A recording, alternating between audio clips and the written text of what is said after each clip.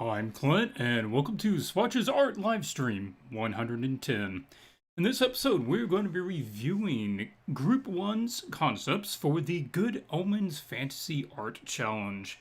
But before we get into that, we have a couple of minutes here to go over announcements and give everyone a chance to join the live stream. Alright, I'm going to just double check my settings here and make sure everything looks good before we commit to the stream.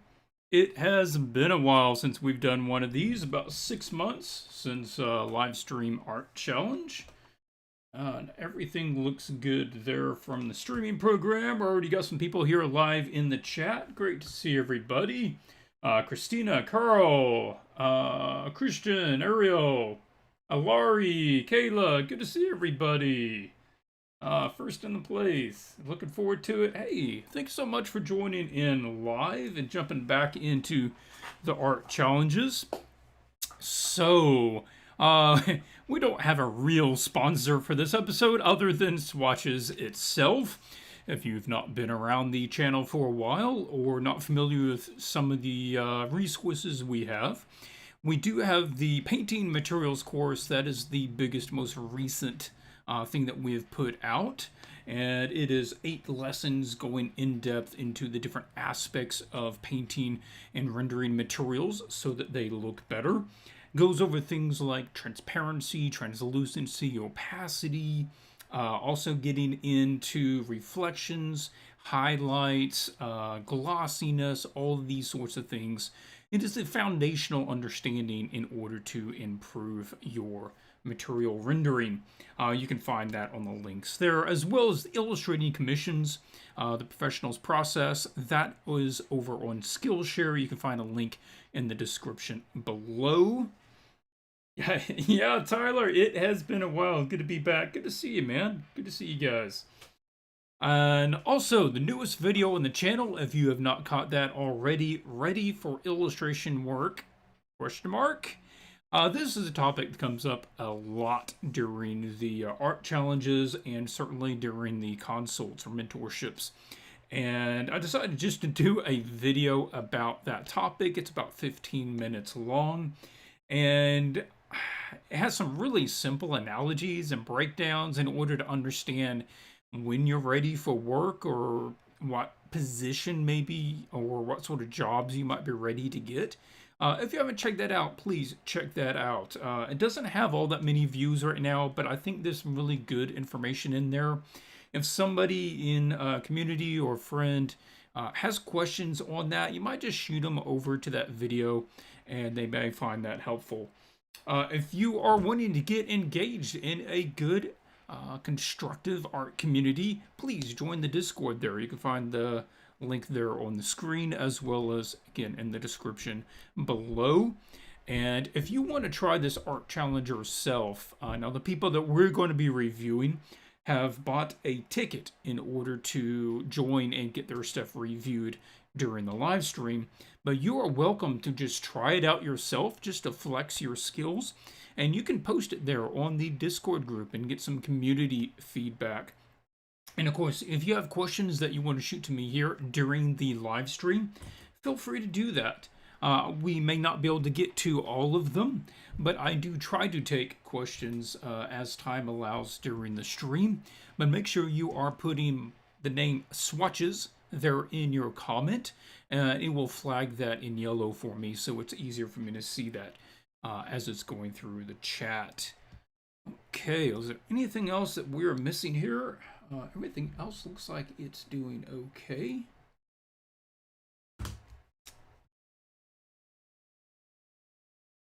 I'm going to just bring up my OBS here for a second. I need to double check something over here. For one moment here. Yeah, okay. I normally have this set to the other folder, but here we go.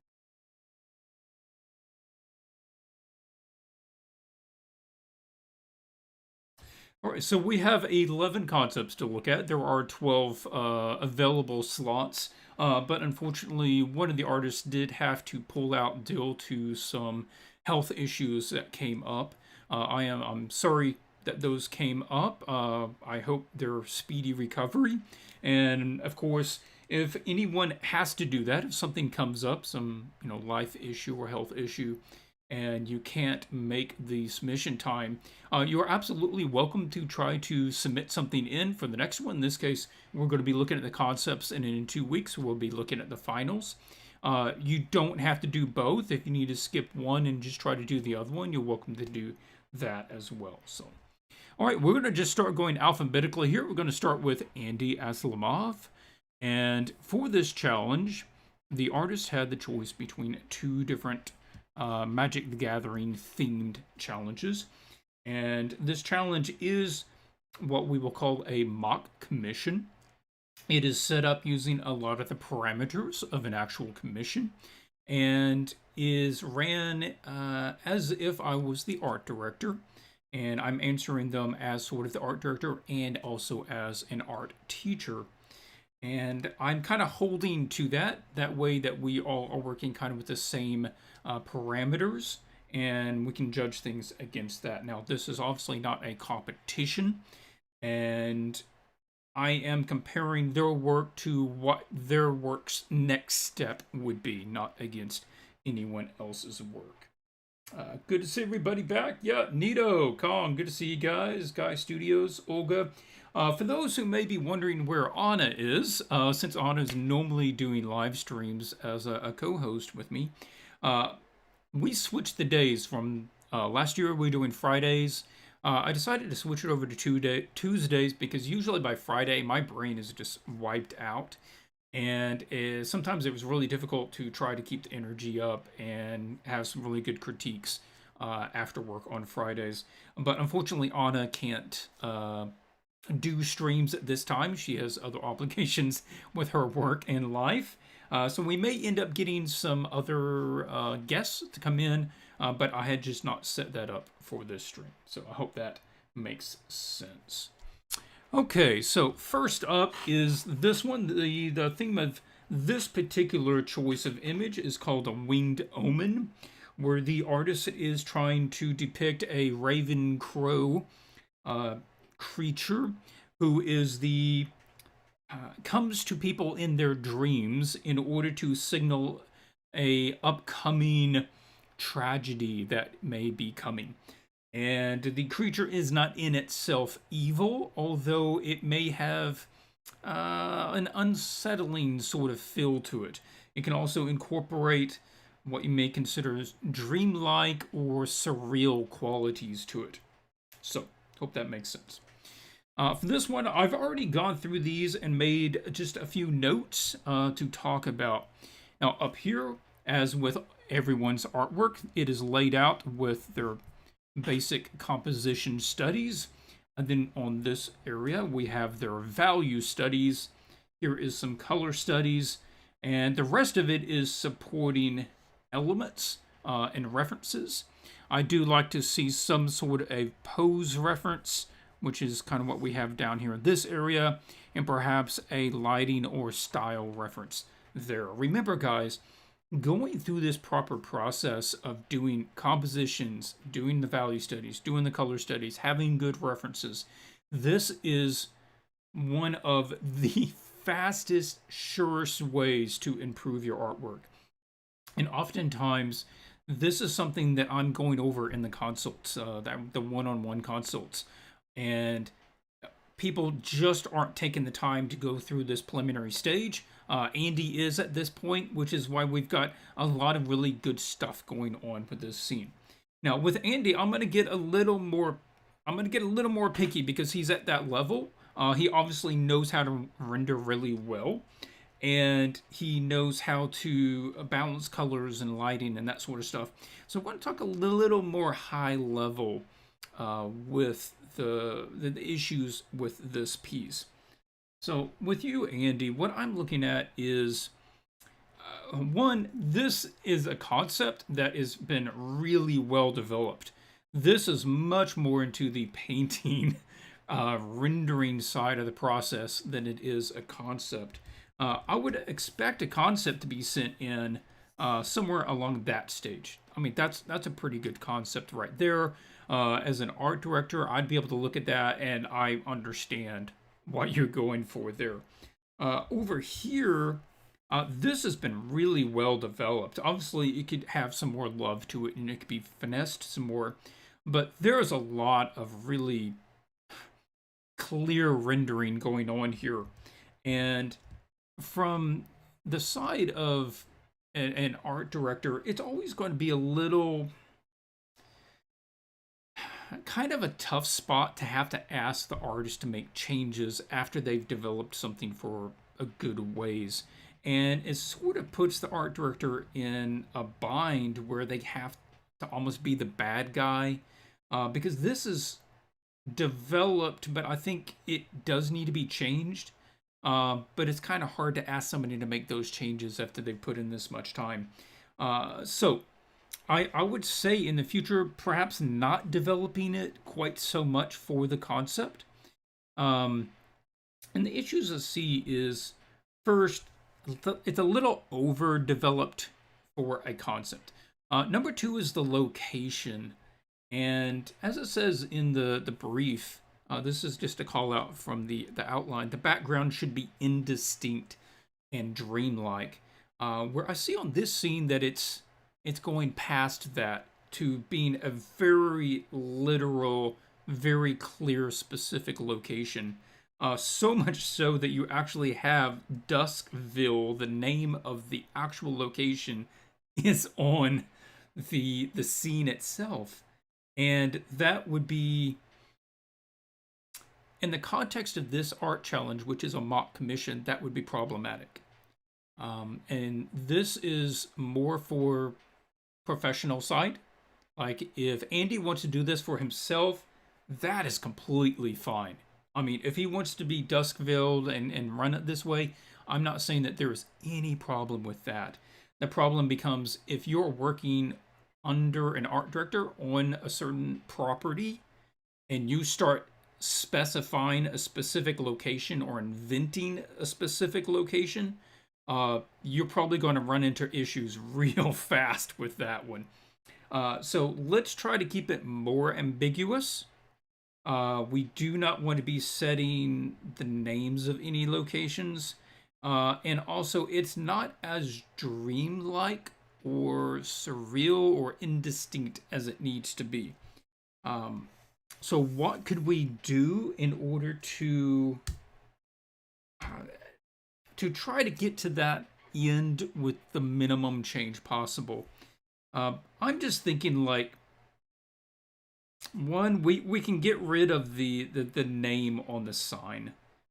It doesn't need to be there. And I mean, it can be a broken sign, as far as we care. I mean, it can just be, just broken off like that, and there would be no name there. The other issue is we have like specific buildings in the background. I would take those out. There is something kind of cool about like the road arrow signs, kind of giving the idea of this is a weird dream place that can lead to all places, and it's sort of an Alice in Wonderland, signs pointing everywhere sort of idea. But I'd almost want to change that up and start like letting the poles be warped, and they're bendy and a little Salvador Dali. They're odd and kind of warped. Where this feels a little too literal, like too much of a real, tangible place. So that would be the quickest way that I could get to kind of that dream side of it from a literal location. The next one has to do with the creature itself. And again, this one gets a little more high level kind of in the thinking, but this has transitioned from being a creature to being a character. And that is inherently problematic for a property like this, where that is a distinct difference. And we've gone from just a crow to a creature that wears clothes. So we have anamorphosized it. And it has jewelry, it has adornments, it has more of a sentience or a personhood. And now it is simply a character. And that takes on a different life than just being a creature that signals the harbinging of tragedy. Right?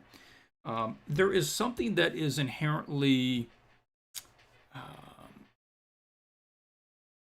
something inherent to crows or ravens throughout mythology. It's their distinct dark feathers and kind of presence. I think it was Odin that had ravens that would gather information, and they came to him and gave him news of what was going on in the world. And so there's always been a kind of a connection in magic and mythology with ravens, and I feel like we've lost that element by creating this into a character. So I would advise we need to back off of all of the adornments and the stuff. Can we make this thing magical or interesting and still just keep it a raven rather than making it a character? And I'm not sure exactly what that's going to be. But this is the kind of stage where you're at, Andy. We're beyond just me talking about how do you set up your value schemes, how do you set up your color schemes. You know how to do that. So we've got to move to the concepting, kind of the higher concepting of the image and how to make that work. I'm almost feeling like if you want to use like a skull imagery, can we work skull patterns into, like, instead of feathers on the inside that you would kind of expect, can we see like imagery of skulls and skull faces that are kind of warped, and that sort of thing going on, and then just really playing up like the signpost thing, and with the signs pointing all the different directions. And we might introduce just a little extra light on some of those so that those pop out, and that could be an interesting signal. But that would be my feedback for you. So we've got 10 more to go through. You can wrap it up on that one. Next up, we have Ariel Thomas.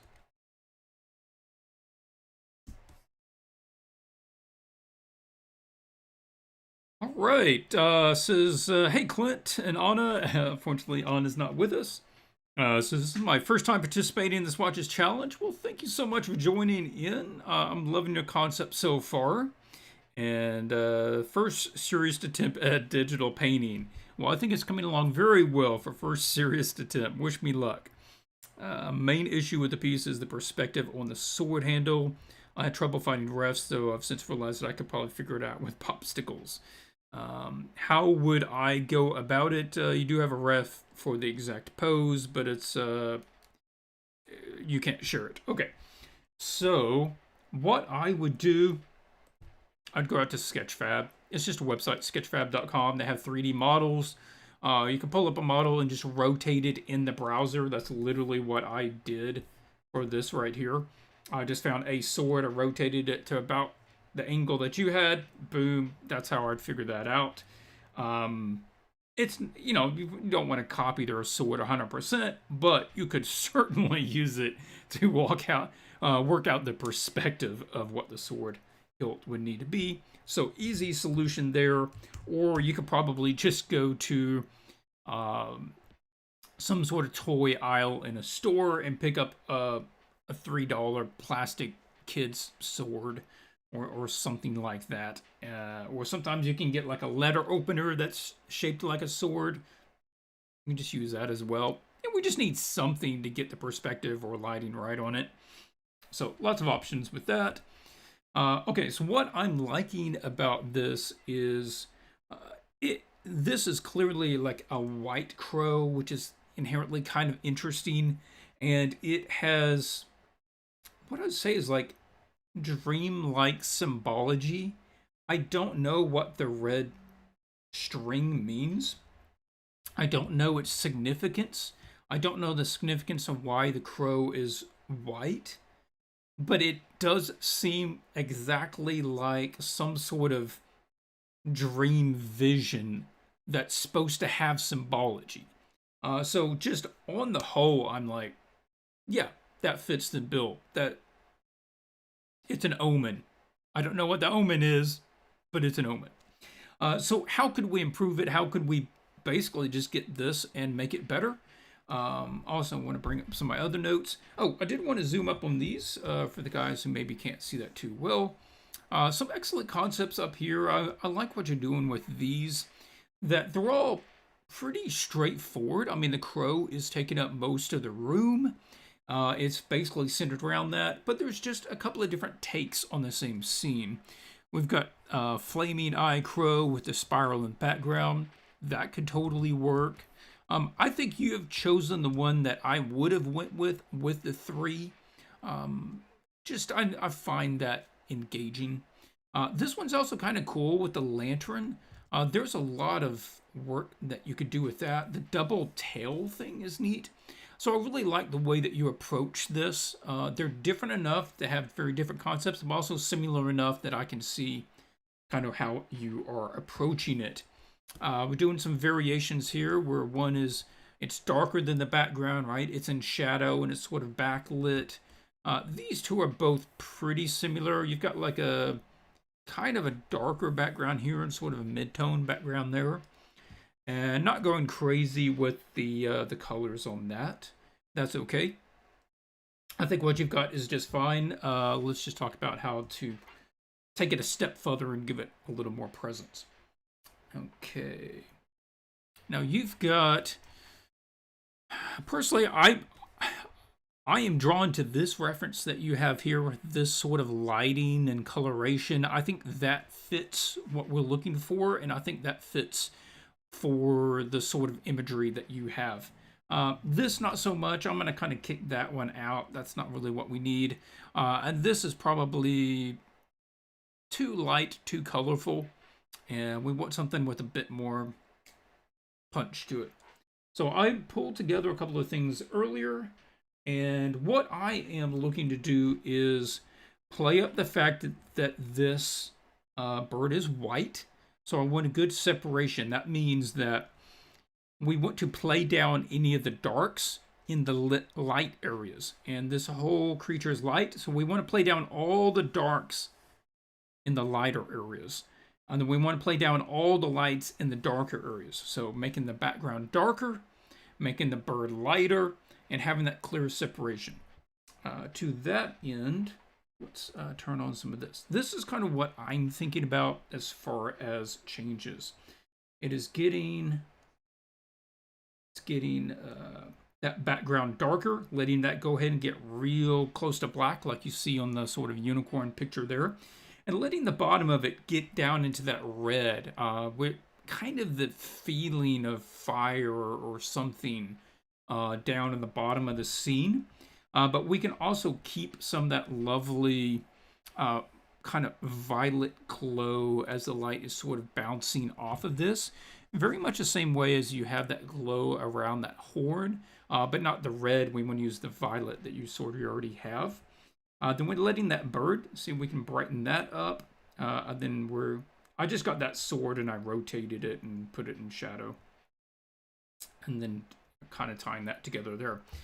So what we're looking at here is that the bird goes from light to dark, as well as the sword going dark down there, as the background is doing the opposite thing. It is going light to dark the other direction.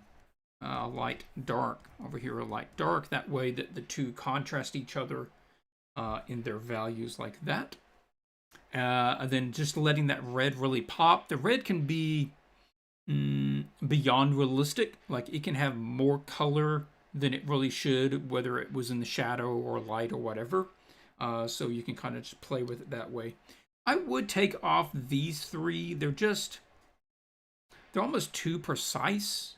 I don't really get it unless you're going to have it tied like a little more loose, like if it was wrapped around almost like somebody had tried to bind it. Right now, it's too perfect. They're all just like perfectly bound. If you were trying to go for like the wing tide thing, I would try to offset it a little bit, and make it a bit more like that, a little more uneven. But yeah, I think you could follow this sort of thing right here, and you would have an excellent image. You can keep it really indistinct. Down here, you could have a little of this sort of effect, but by the time you get up here, it can just basically be this out of focus darkness. And yeah, a lovely concept. Just moving forward with it as you've got it. Okay, let's close that. Next up, Christian. Okay, hello Clint. I just can't seem to find a composition I'm happy with. All right, let's take a look at the compositions that you got going on up here. Okay, so we have we have several concepts of the bird flying. However, in the outline, it was stated that the bird needed to be perched. This is something that we saw quite a lot on the Discord as people were sharing their artwork. So I did have to clarify again. As it says, the bird does need to be perched. And I think that threw off some people because they're really trying to go with action on it. Christian, one of the things with composition and projects like this is you don't always need to be super original with your compositions, right? I know that you get into get into your early commissions, you get into an art challenge and that sort of thing, and you just feel like I need to have the most dynamic, original ideas and compositions, and a lot of times you don't. For something like this, a centered composition is just fine. It's how you pull it off. It's kind of the other ideas of the things that you're putting together. It's how you light it. It's how you render it. It's not all about originality, if I'm going to say it that way. Okay, so right now it seems okay. These are pretty much the same. This one's not all that different. Right now, I just feel like you don't know where you are going with this. So as an art director, I'd be like, yeah, can you work on that some more and send it back to me? Because I don't really know where you're going from here. And like specifically from the trees down, I have no idea what you're doing with that. Because right now all of these values are very similar. The trees just become black. And that's just something that would need to be developed more for somebody else, because right now I just don't know what you plan to do with it.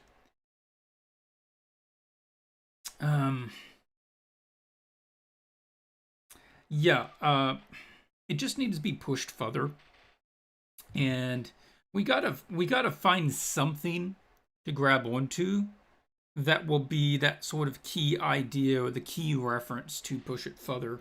For me, I know I face that all the time, and there was, I've got a sketch on my wall up there.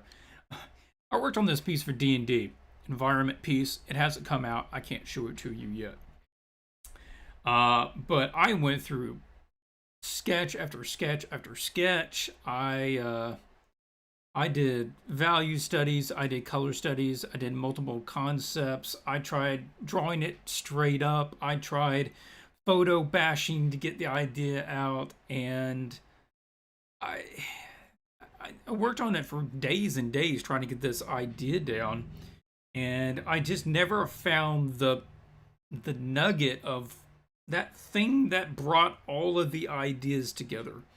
And eventually one day, I think I was either falling asleep, I think I was about to fall asleep. My brain was like, oh, what you need to do is this. And it's like, oh my gosh, okay. And it became super clear what I needed to do at that point. But you got to just push through it until it gets there. Sometimes your brain just needs time to work it out. Your scene kind of brought to mind this scene. This scene is by Jody Muir.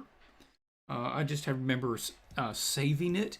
And for me, I would say, hey, can you take some inspiration from this? I think that sort of approach would work really well for yours. Which means, can we let the bird be... I didn't do any kind of paint over here. But it would be about letting this bird be primarily darker than the background. The background, maybe not so colorful. I just feel like it's overpowering the bird. And then the background can be more in the midtones. And then maybe this branch can get more into the darks. Right? And I forget how much color variation I have on that brush. We don't need that much color variation. And so that's going to stand out here. And you were using more of the cyan thing. So maybe we could have some of that cyan light kind of coming out from behind the trees. So instead of the kind of the reddish that they've got over there, maybe we have a bit more of the cyan color sort of spilling over. But we do want more of that mid-tone for that front to stand out. All right, and then we can let this pop up. Then everything here on this guy can be, well, as they have there, it's more on the other side. It's kind of more to the neutrals. So we want to try to keep the edges dark. It's sort of a Brom lighting. Brom uses this a lot where it gets really dark on the edges, but it's sort of has a fill light on the front of it. So it's got sort of this sort of thing a little bit like that. And then maybe you have a little bit of that Aurora Borealis thing going on, but not so many colors. I would stick it with, if you want the blues, keep it in kind of the blues, cyan, greens, that aqua color maybe. Something like that, but not too broad. Then this is where we can have like a pop of some other color if you want, like, like golden eyes or something that has like extra eyes. And then that pop of other color kind of makes it stand out a little bit. Now we also want to find something else to push this creature a little further. Right now it's basically just a crow that has some extra eyes. There's nothing else really different about it, and it's also completely static. So we want to do something to add a little more life to it. That's why I was gravitating a little more towards the one here where it at least has its mouth open. So we want to find some way to just have it moving a little bit. We can have it with its mouth open. That's good. Maybe it has one of its wings out. Maybe it has both of its wings out. Oh, no, I'm talking like all the way out. We're just talking about spread out a little bit. Just to keep it from being completely static. So I think that would be kind of a mesh between where you are and where you can go with it. Hopefully you find that helpful. I got a comment here. Christina says, how much % of the total time do you usually spend on concepting stage? For me, it's about 50-50. Yeah. I spend about half of the total image time on the concept phase and about half on the rendering stage.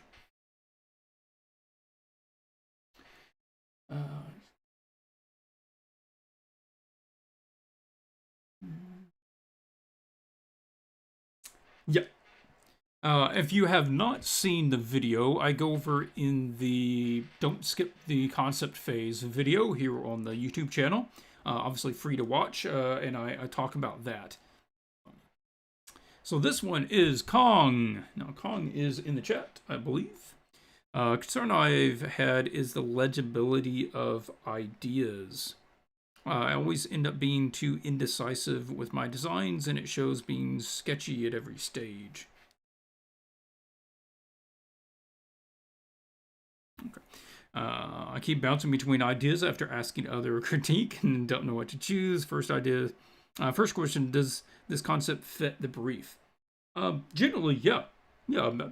I feel like it's a strange sort of dreamlike thing going on. Four-winged crow with two eyes, with a moon, double moon. Yeah, I'm just getting that sort of odd dream symbology, so that's definitely coming through. Yes. The second question is how to get push forward in regards to refinement and combating my indecision.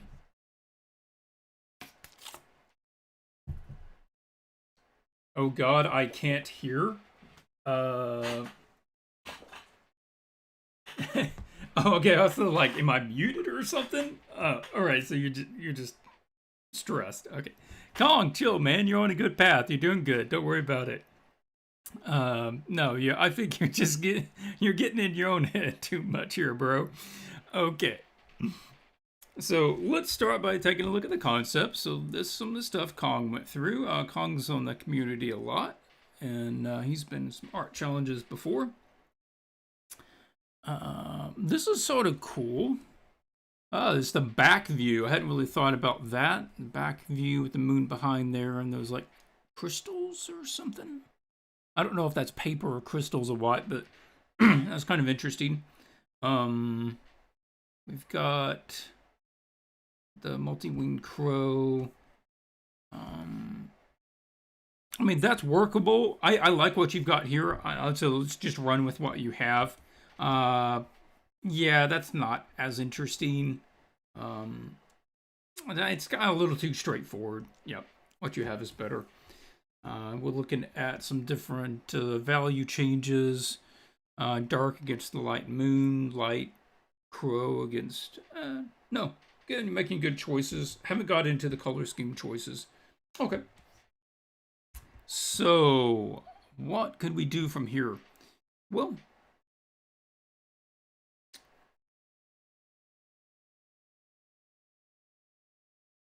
okay, yeah, there's a lot of stuff going in here. I don't think we need that many changes to this. First up, I think the choice to have the star-filled background is an excellent choice. This is one of the things that... Oh, actually, you know what?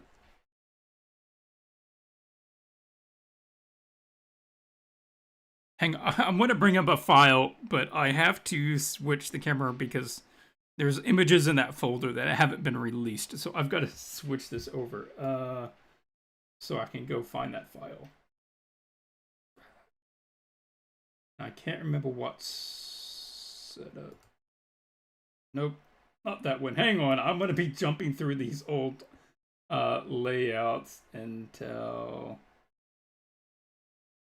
Alright, hang on just a second until I can go get this file.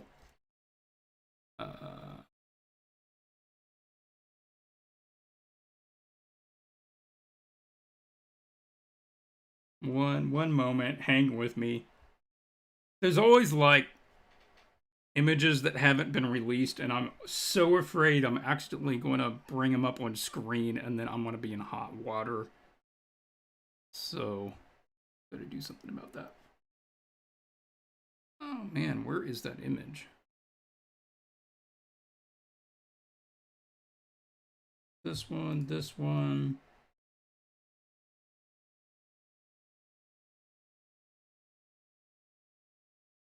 Huh.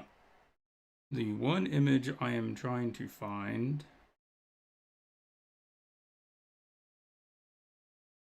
Oh, right there. Okay.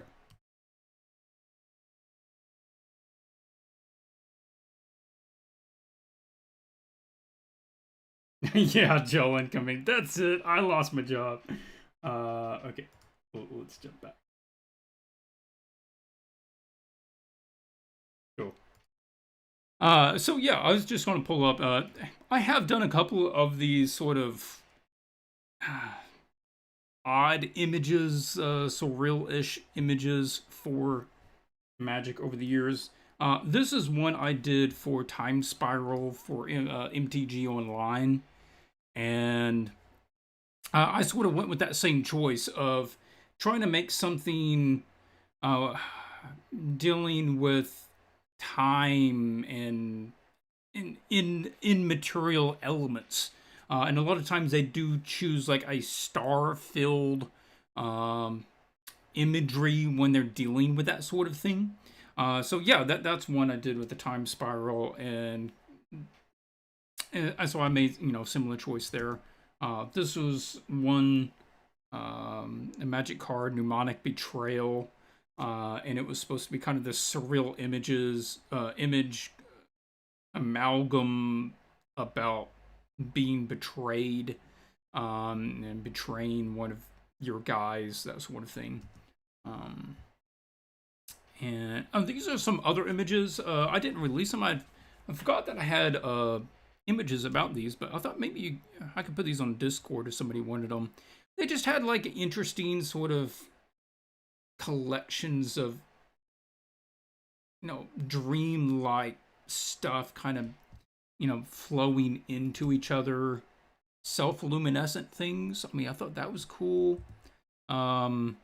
This sort of thing could work, like the multi-limb thing. You have like multi-wings. This sort of thing, like something is split, like part of the crow is split from itself, right? And I'm also showing these for group 2, right? Because next week will be group 2's concepts. So this may be giving them some ideas as well.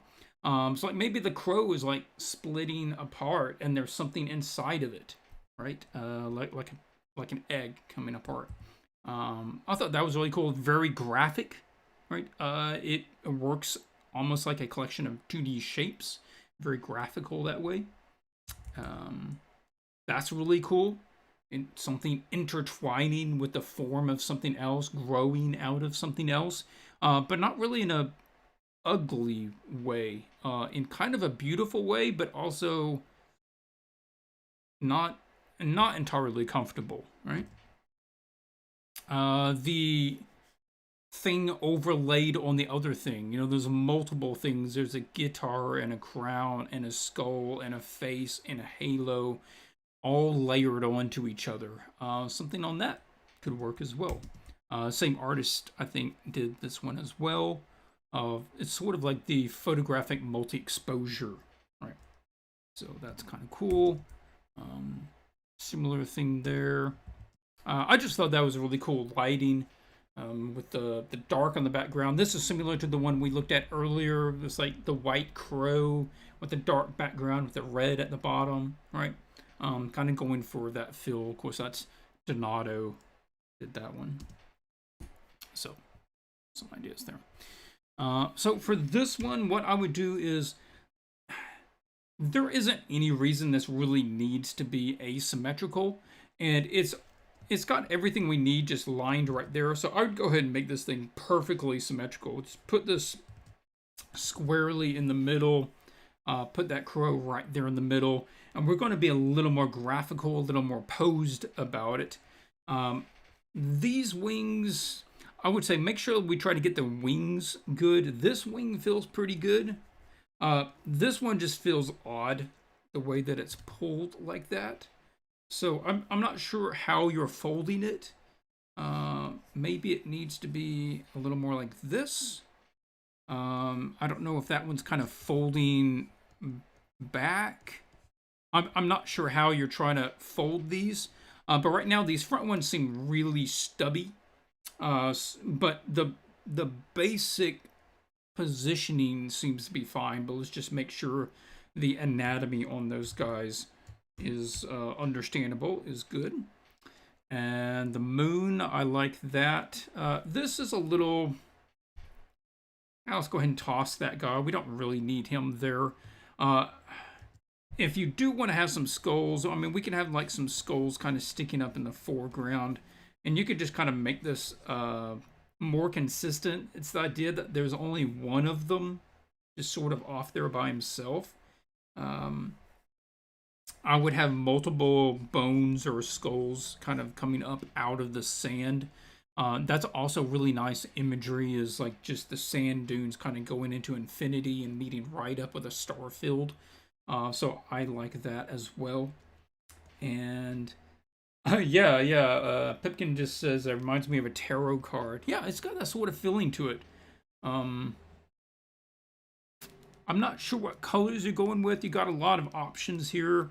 I'm thinking most of this is probably going to be analogous with probably a complementary color back there for the moon. Like most of it is kind of your blues or whatever.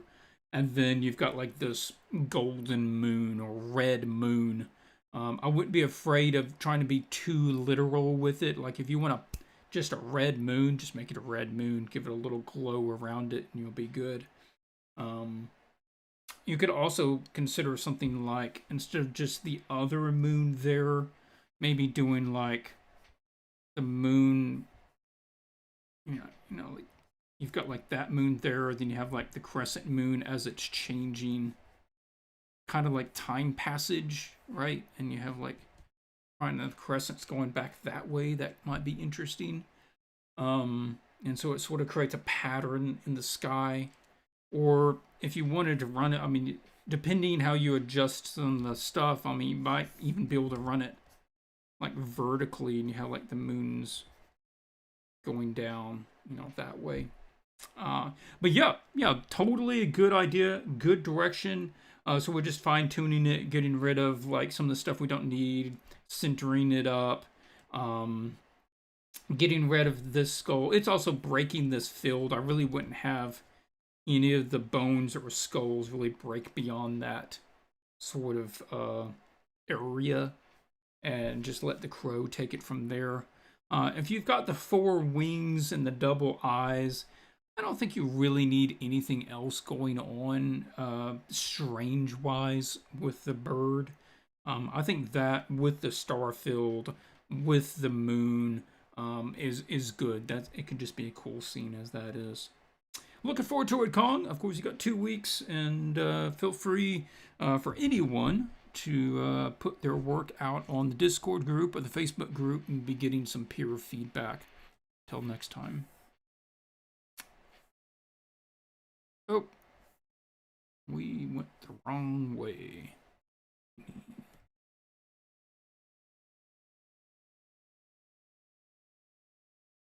Okay, next up is Jenny.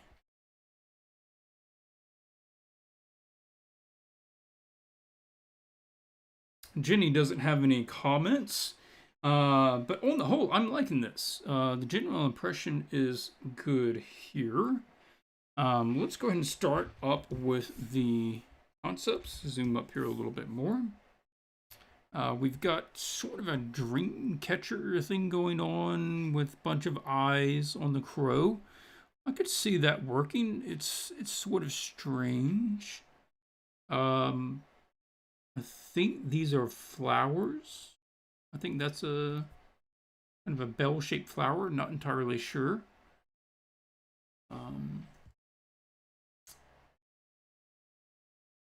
I like this sort of pose because it's just beyond natural.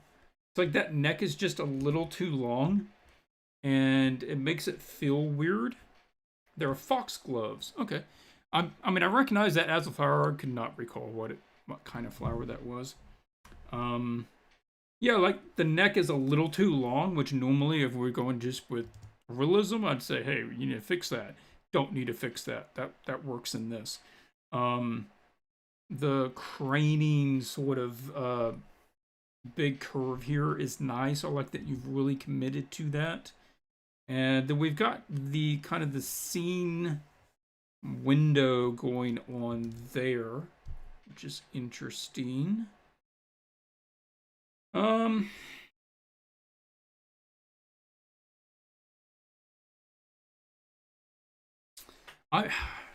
I'm not real sure about this. Like you have this oil reference up here, and I think you're going for like an oily thing. And so that's a little unclear there. I don't think you need it. I think that just the crow in that pose with the window thing, that's enough. Because right now this is getting kind of confusing. And I would say that's enough. Let's just really sell it on the ideas that we already got with the rest of it. Something I'm trying to think, like, is there something else that we could do besides just some wooden sticks? You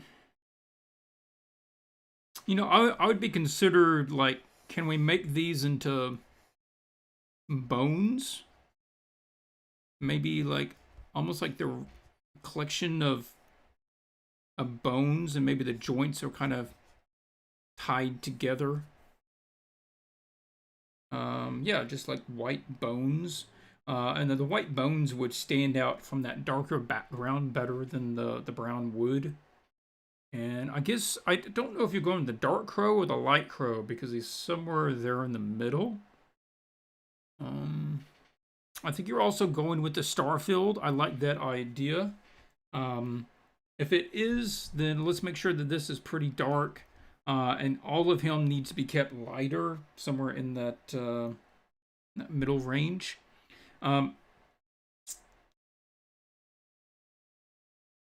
If that's the case, then he can be like in midtones, and this sort of could get more silhouetted as it comes down. Like this can be getting darker as it overlaps that lighter area. And then as it comes up here, let's grab something a little lighter. And then as it gets over that darker area, it can get lighter, right? But as it gets in front of this, it basically starts getting backlit.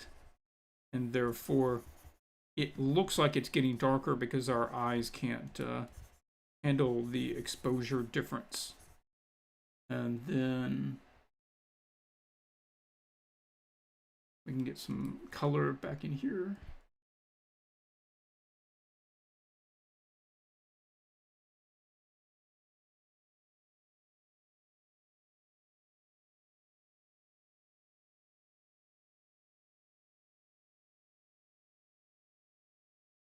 Something like that. This being a really, really bright...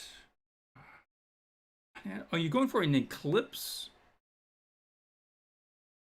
I'm trying to think... because this, everything is pointing us into this scene, into this little window, but there's not really much visual payoff. There's just a round shape. I'd like to see something else. If it is, yeah, if it's an eclipse, I think, can we find a better way to convey that? Because it's not entirely clear that that's what it is.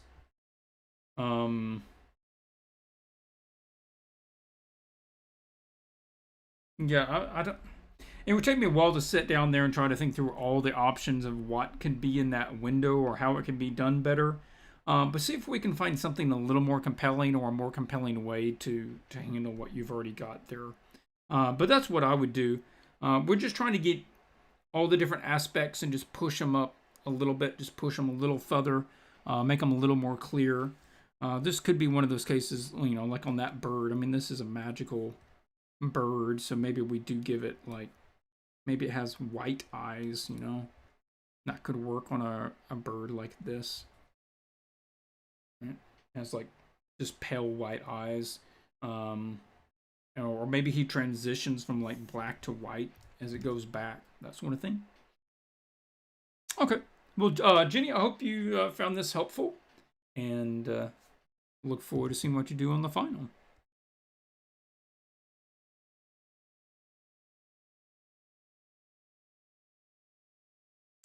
Kikoy. Struggled with the composition a lot, figuring out where to put things in relation to each other. Worried about that this has become too dark also. I don't know if you mean dark by value or dark in tone. We'll see. Does it need more narrative? I thought having the spirit raven heads as skulls would let us know they were echoes of death or something like that. Or something like that, okay? The opening or portal-looking thing in the raven's chest represents the threshold between life and death. Please feel free to give any feedback. You know the good thing about the Kikoy, just always very sure about themselves. And no, I'm kidding. I think you're probably second-guessing yourself or out-thinking yourself here. Looking at your references, let's pull up, look at some of these. That's kind of interesting. Just the purple background, and there's like, I don't know if it's like smoke or words, or I don't know what that would become, but that looks kind of cool. We have multi-heads, more multi-heads, skull heads, and different variations, more variations, green ones, blue ones. Okay. Ah, the breathing bird. Yes, beware the breathing bird. More things I never thought I'd say. So what are we thinking about this one, guys?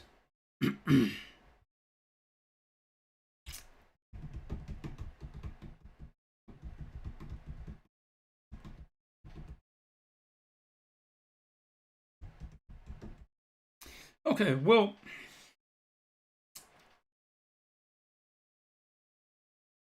yeah, I feel like this is starting to get more into the horror realm than it is like Omen sort of thing. Camera's slipping off of my. And I would say about, can we make it a little more symbolic, a little less horror-y? Yeah, because right now it's almost that aliens thing where like these things are coming out of its belly. So it's more like, it's coming out. So where can we marry this idea or this approach to something similar? What I would be thinking is, can we do a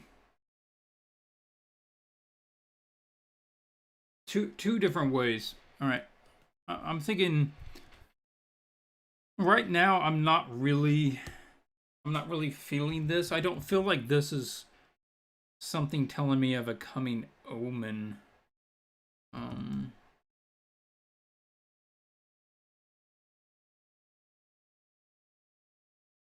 Yeah, let's see. Do we have the concept here?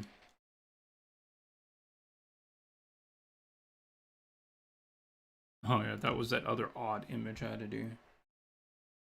Like people having their memories erased, their consciousness erased. Yeah. That took a while.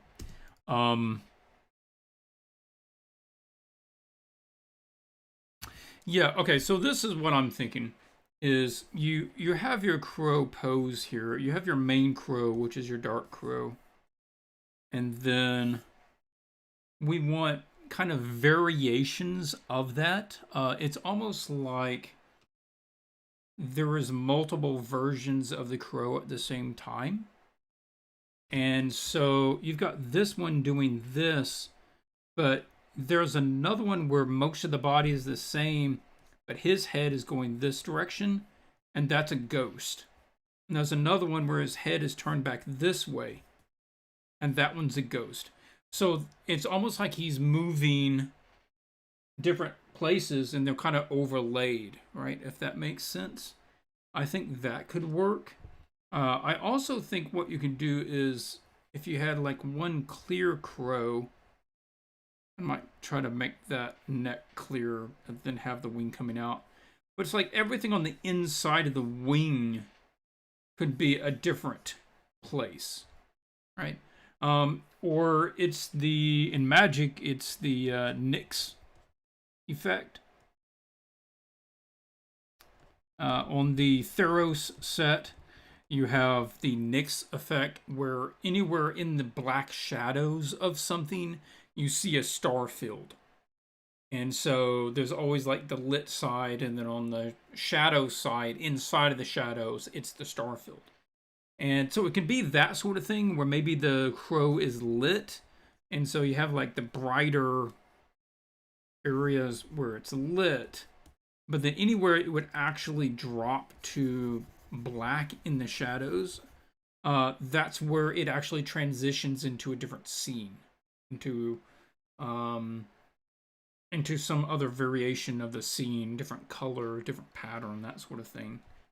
So I think that's what I'd go with. One of those, either there's a different scene like inside of the wings, or you've got like different versions of the head, or different versions of the wings. Like there's 3 poses. I'd probably just do like 3 poses on top of each self. None of those would be simple, but I will tell you that the concepting phase, where you're going through the ideation and trying to come up with the actual idea or concept behind the image, and you're playing around with different compositions, that is something that is difficult. There's a lot of people that can render a single object fairly well, but when you actually get into composing scenes, and having a narrative or theme driven image, that's a different skill set. That's not a one-to-one. Just because you can paint a good whatever doesn't mean you can do a good scene. And that is something that you just learn. That is something that I really struggled with earlier in my career, is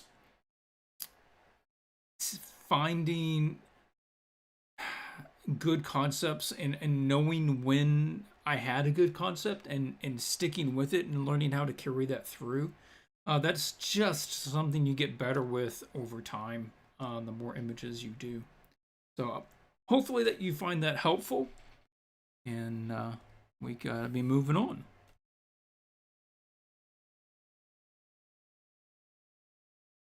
Next up is Luca.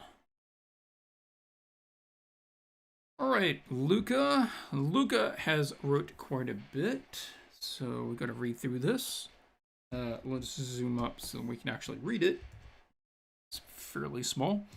Diseased oracle, esoteric creature announces the plague of fate that will strike whomever catches the glimpse of it.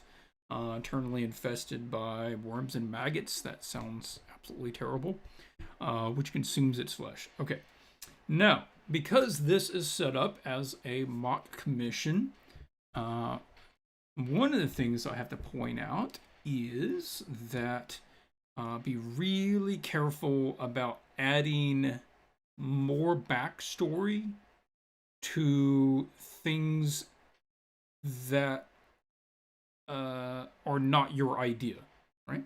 So in this case, this scene already has a backstory. It already has the backstory of what this, who this crow is, what this crow means, and it already fits into a story, or there's already information behind it. A lot of times there is more stuff to what's going on as far as like lore and stuff than what is provided in a brief. That would be very standard in the industry. So as a quick feedback, and this goes to everyone, because it's something that I came across. I've come across literally in my career, where I started adding in context and history to images that weren't compatible with the actual context and history that the property already established. Like maybe you're kind of thinking about this, but never rely on any of the text to convey what's going on, and be careful of creating context beyond what the art director or the prompt is giving you.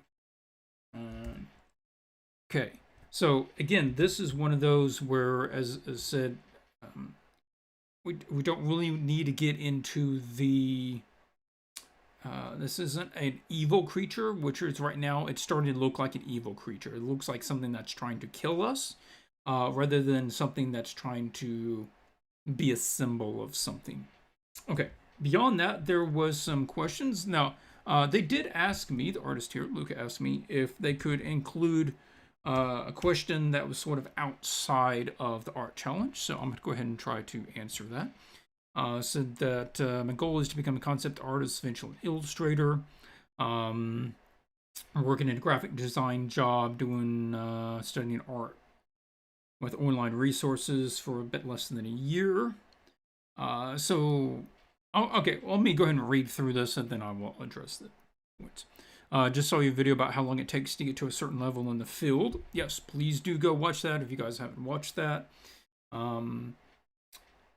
Usually it will take a minimum of 3 to 5 years before you even get entry level illustration work. It'll take 3 years just to familiarize yourself with the necessary fundamentals before you can start putting things together. It'll take several years for you to kind of get that together. So yeah, the fact that you've been doing it for less than a year, I mean, this is all still pretty new to you. Parents are expecting me to find a job by September. They're very old school. They don't believe in learning on your own. Could I comment on it? Yeah, so a couple of things. Let me shoot it real quick. Obviously, we can't spend like 20 minutes trying to answer this. But first is decide which one you want. You want to be a concept artist or do you want to be an illustrator? Because they're two different skill sets. There's overlapping between those skill sets, but it is not a one-to-one. If you're a good concept artist, it doesn't mean you're a good illustrator. If you're a good illustrator, it doesn't mean you're going to make a good concept artist. So the question to you and the question to the other artists who are kind of facing this and wondering about this issue is ask yourself what part of the process you like the most. Generally, people either like skipping the concept stage to get to the painting stage, in which case you probably enjoy the rendering, you enjoy the detailing, and that sort of side of it, which likely means that you're probably better as an illustrator, or you really like just developing ideas. You like understanding how things work. You like building history. You like building context. You like playing with compositions and camera angles and that sort of thing. And so you're all about the idea process. And then when it gets to actually painting it, you kind of lose interest because it's like, the idea's already been set. So maybe that means you're looking at more of a concept art direction. And I would suggest that if you're trying to get into this as early as possible, you need to learn which one. Illustration and how to render things really well is going to be a different skill set than being able to put out concepts, good concepts, consistently. They use different work processes, workflows, and so yeah, I would just say figure out which one you want. You can add the other one later as you learn more.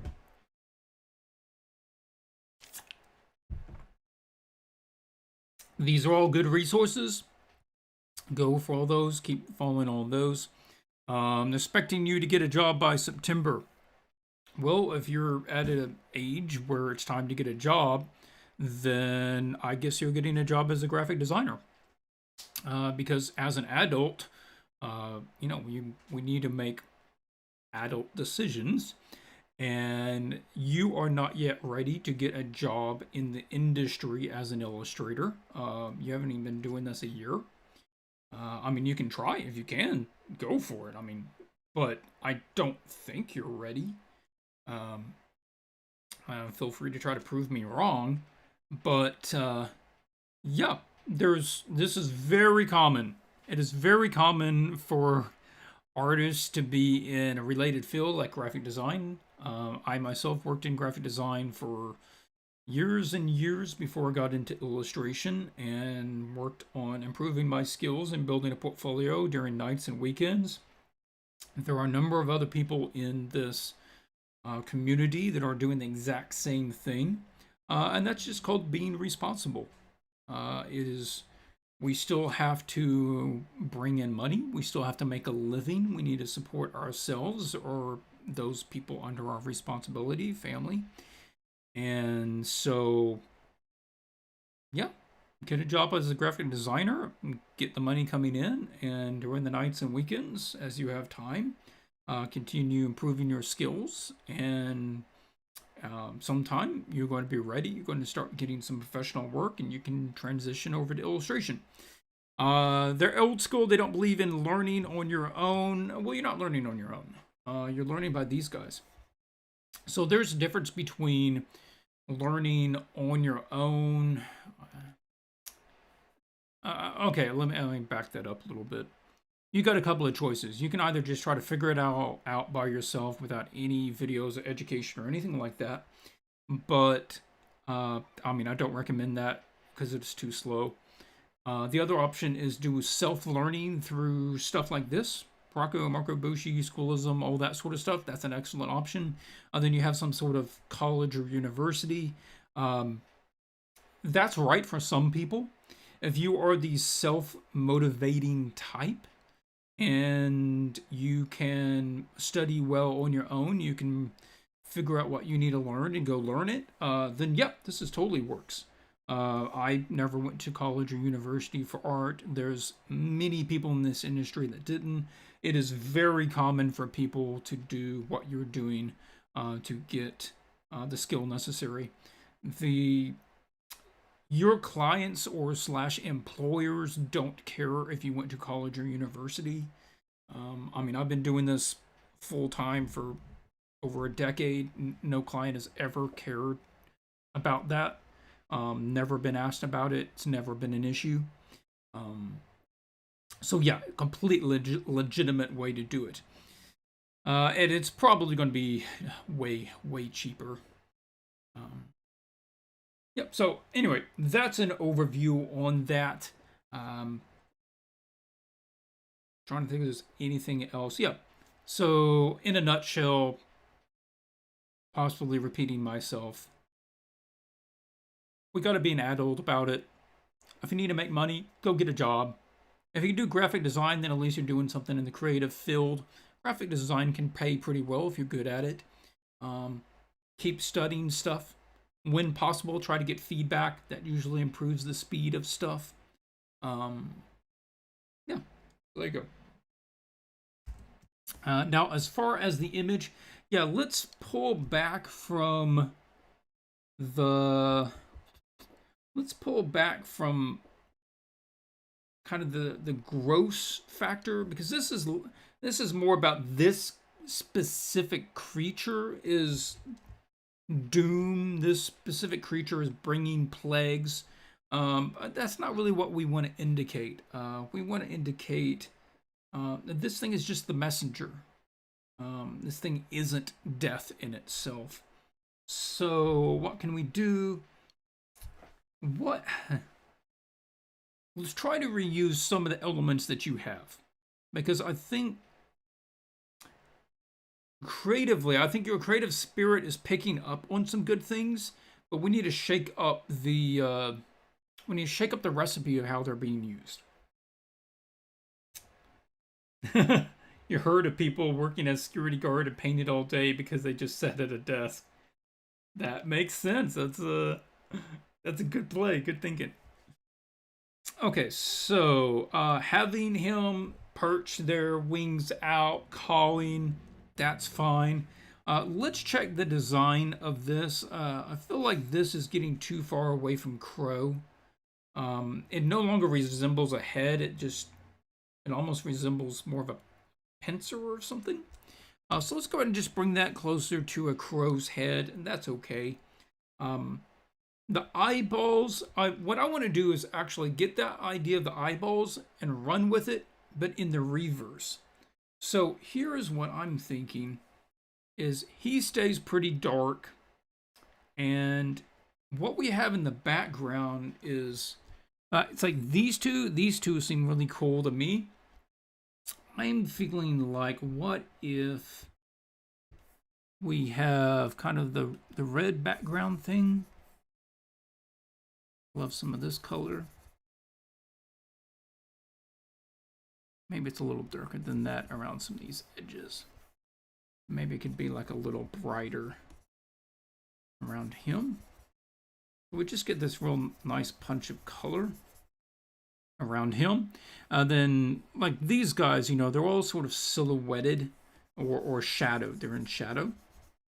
So he's all pretty dark, and we're going to play with that head shape a little bit. And then in the background, that's where we use the eyes. And because they're so recognizable as, you know, eyes, just eye shapes, I'm just feeling like you have like this series of eyeballs. It's like something is watching you. And it's just this sort of alarming visual of eyes, but they're not really clear, right? They're like 50%, 40% opaque. And so the whole background is just full of like eyeballs. And this is all red. All right. And so he's like calling, he's like, they're here, they see you, it's coming. And it's just this sort of wall of red eyes filling everything there. And like you have on this one, you can have this sort of fill light like you have on the horse there. And there could be some fill light on this guy, but he stays distinctly different, same way as on those, right? So he is basically got this cool light on him, but the red background, and they don't really mesh very much. And that's kind of what we're looking at on yours.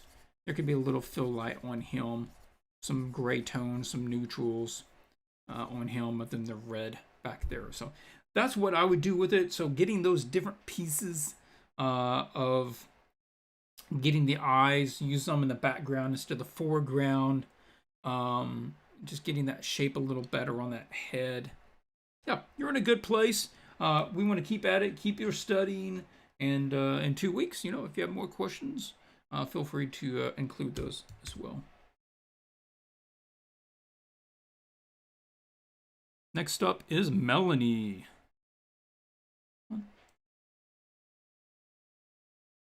Any comments?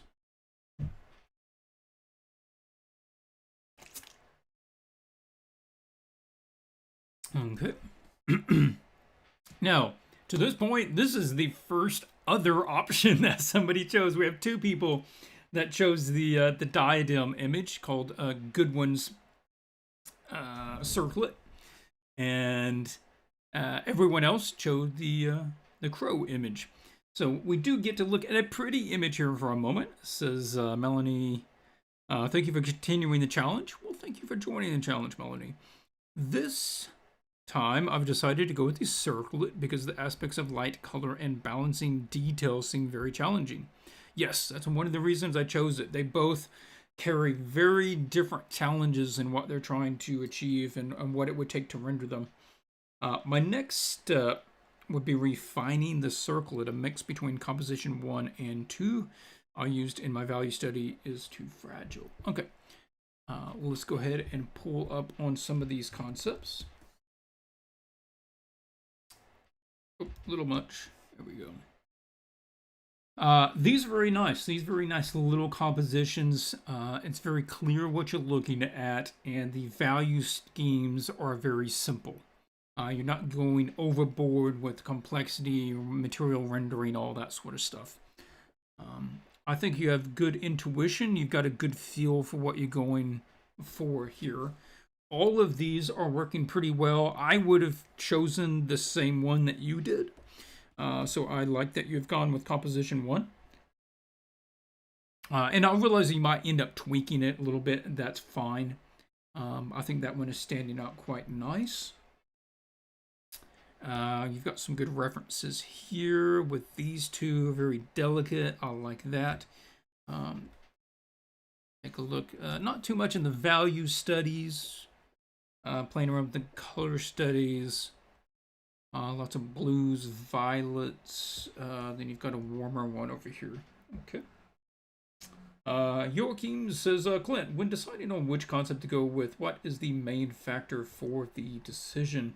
Do we go after emotion and belief that it will be carried in the image, or is it justified by some kind of logic when we find the way the image is built? I'm sure it's 50-50.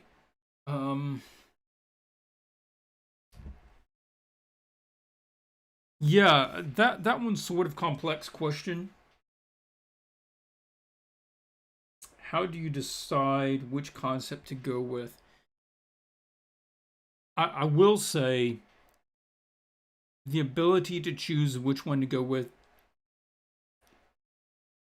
is something that you get with experience.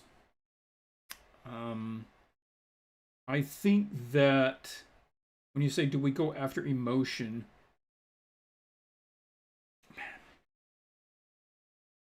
I would say you kind of start with the top. And one of mine would be just your gut reaction. When I look at that concept, does it convey what I would expect it to convey? Such as if somebody read that brief, would they expect the image to look something like that? I think so. I think that's right in line with what somebody would expect it to be. Some of the things that I would sort of ask myself is, am I overthinking it? Am I overworking the idea, kind of, right? Am I trying to get too creative for myself? And that's something that we artists tend to do.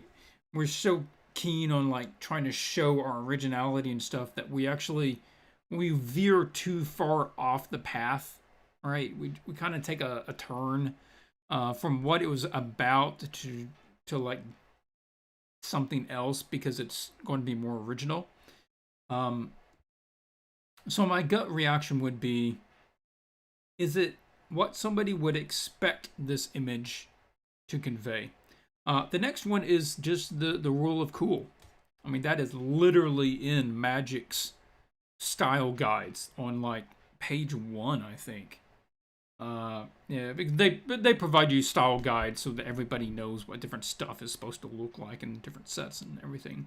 And then they go by the rule of cool. Is it cool? If you look at it, be like, yeah, that's cool.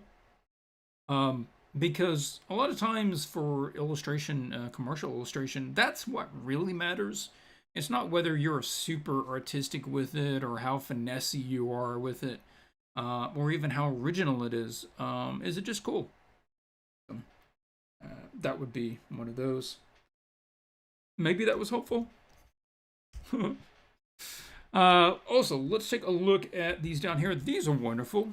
I assume that you made these because I can't imagine somebody creating these as a without needing to fill some sort of prompt.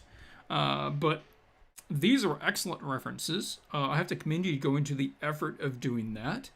And if you're an 80s kid like me, then this is, you cannot not think about the fact that this is the ship from Flight of the Navigator.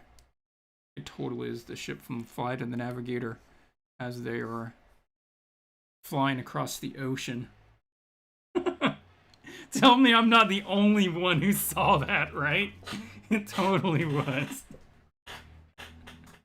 Also, if you have not watched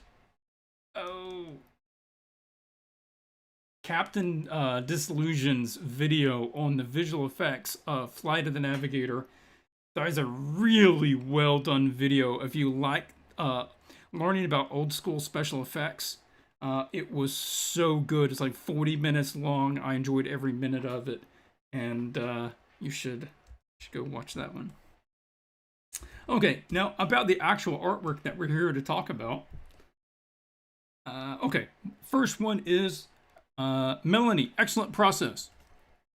Okay, this is really well done. For everyone else too, if you want an idea, they have a straightforward process, right?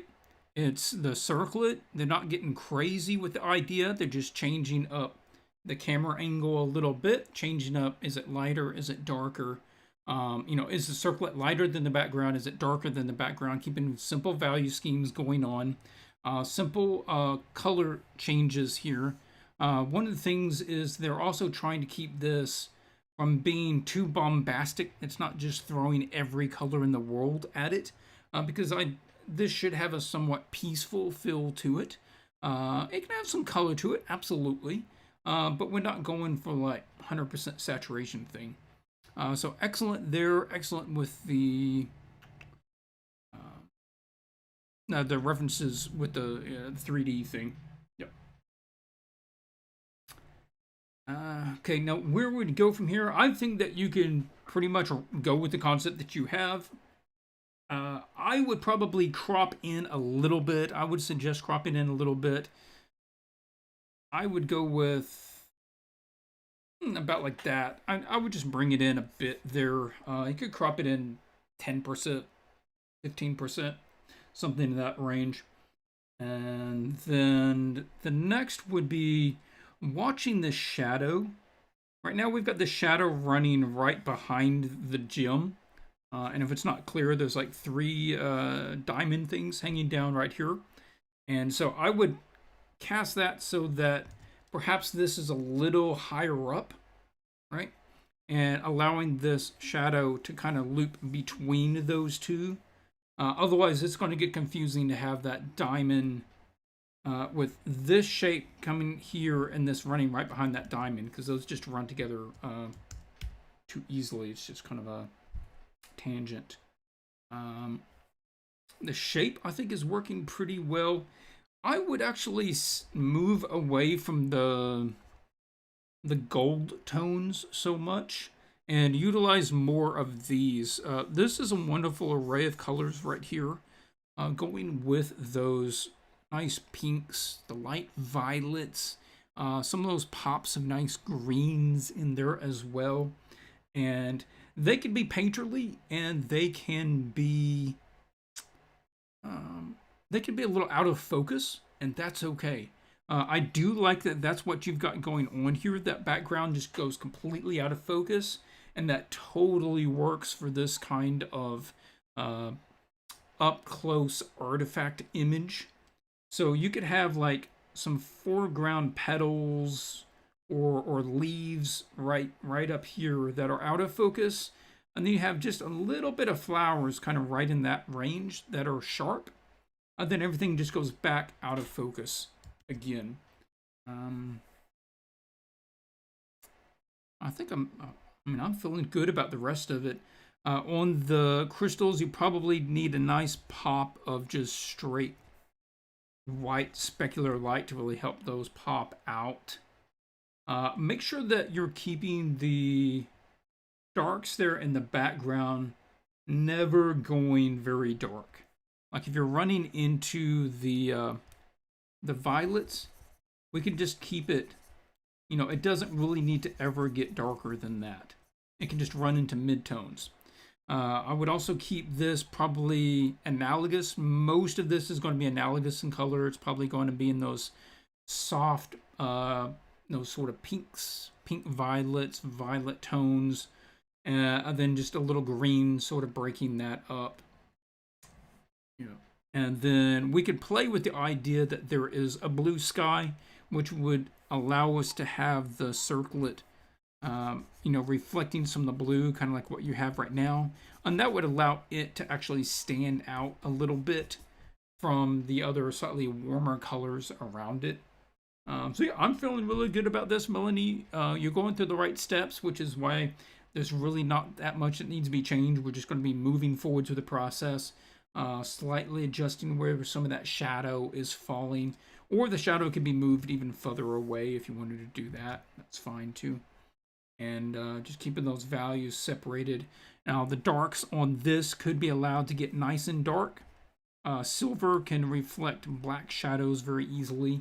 So it has like the full range of shadows, values, light to dark on it, but a little limited range on the surroundings. Meteor Skies is image we'll be looking up next.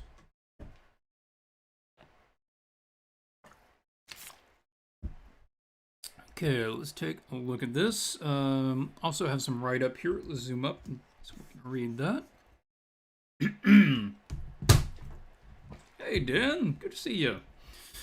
Thanks for the opportunity. You're welcome. Here are my questions. Okay. Is this too detailed for this stage? This is pretty well refined. I don't think you needed to develop it this far. It would be pretty common to get it maybe a little beyond what you have with your color sketches here. But probably not as far as what you've got right now. Maybe somewhere in between those. In fact, if you had just given me this, I would probably understand what you're doing with it. So, yeah, maybe a little too much, but that's okay. I think the material needs more sheen or reflection, but I'm unclear how I can achieve that without making it hard to read, as it'll bring a lighter value against an already bright background. Yes. It is an issue here, and I'm glad that you're recognizing that, because that is absolutely an issue that would come up. So the concern here is that if they let this circlet be nice and shiny and bright, shooting for something that has a terrible color to try to point something out with. Let's try a different color. If they're trying to go for a nice bright silver like this, which is, we're thinking something along that line, this is more of a dull, kind of a hammered, duller silver thing. And it's not really getting the pop of elegance and sheen that we want. But if they were to do that, then all of a sudden this metal gets really bright, and then you've got a really bright metal over top of some white flowers, and then, yeah, that's going to be hard to read.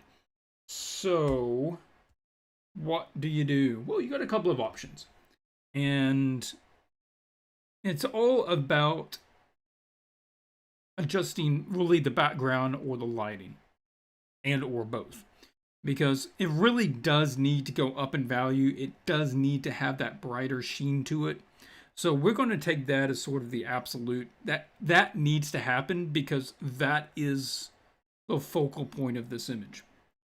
So now that will be the case, what do we do in order to make that work? Well, we have to darken the background behind it. Okay, well, how do we do that without, losing too much light, of getting too dark?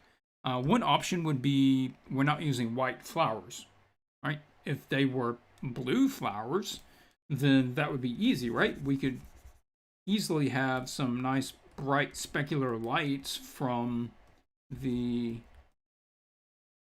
metal, but then have some blue flowers in the background, and they naturally are going to stand out against that brighter tone, right?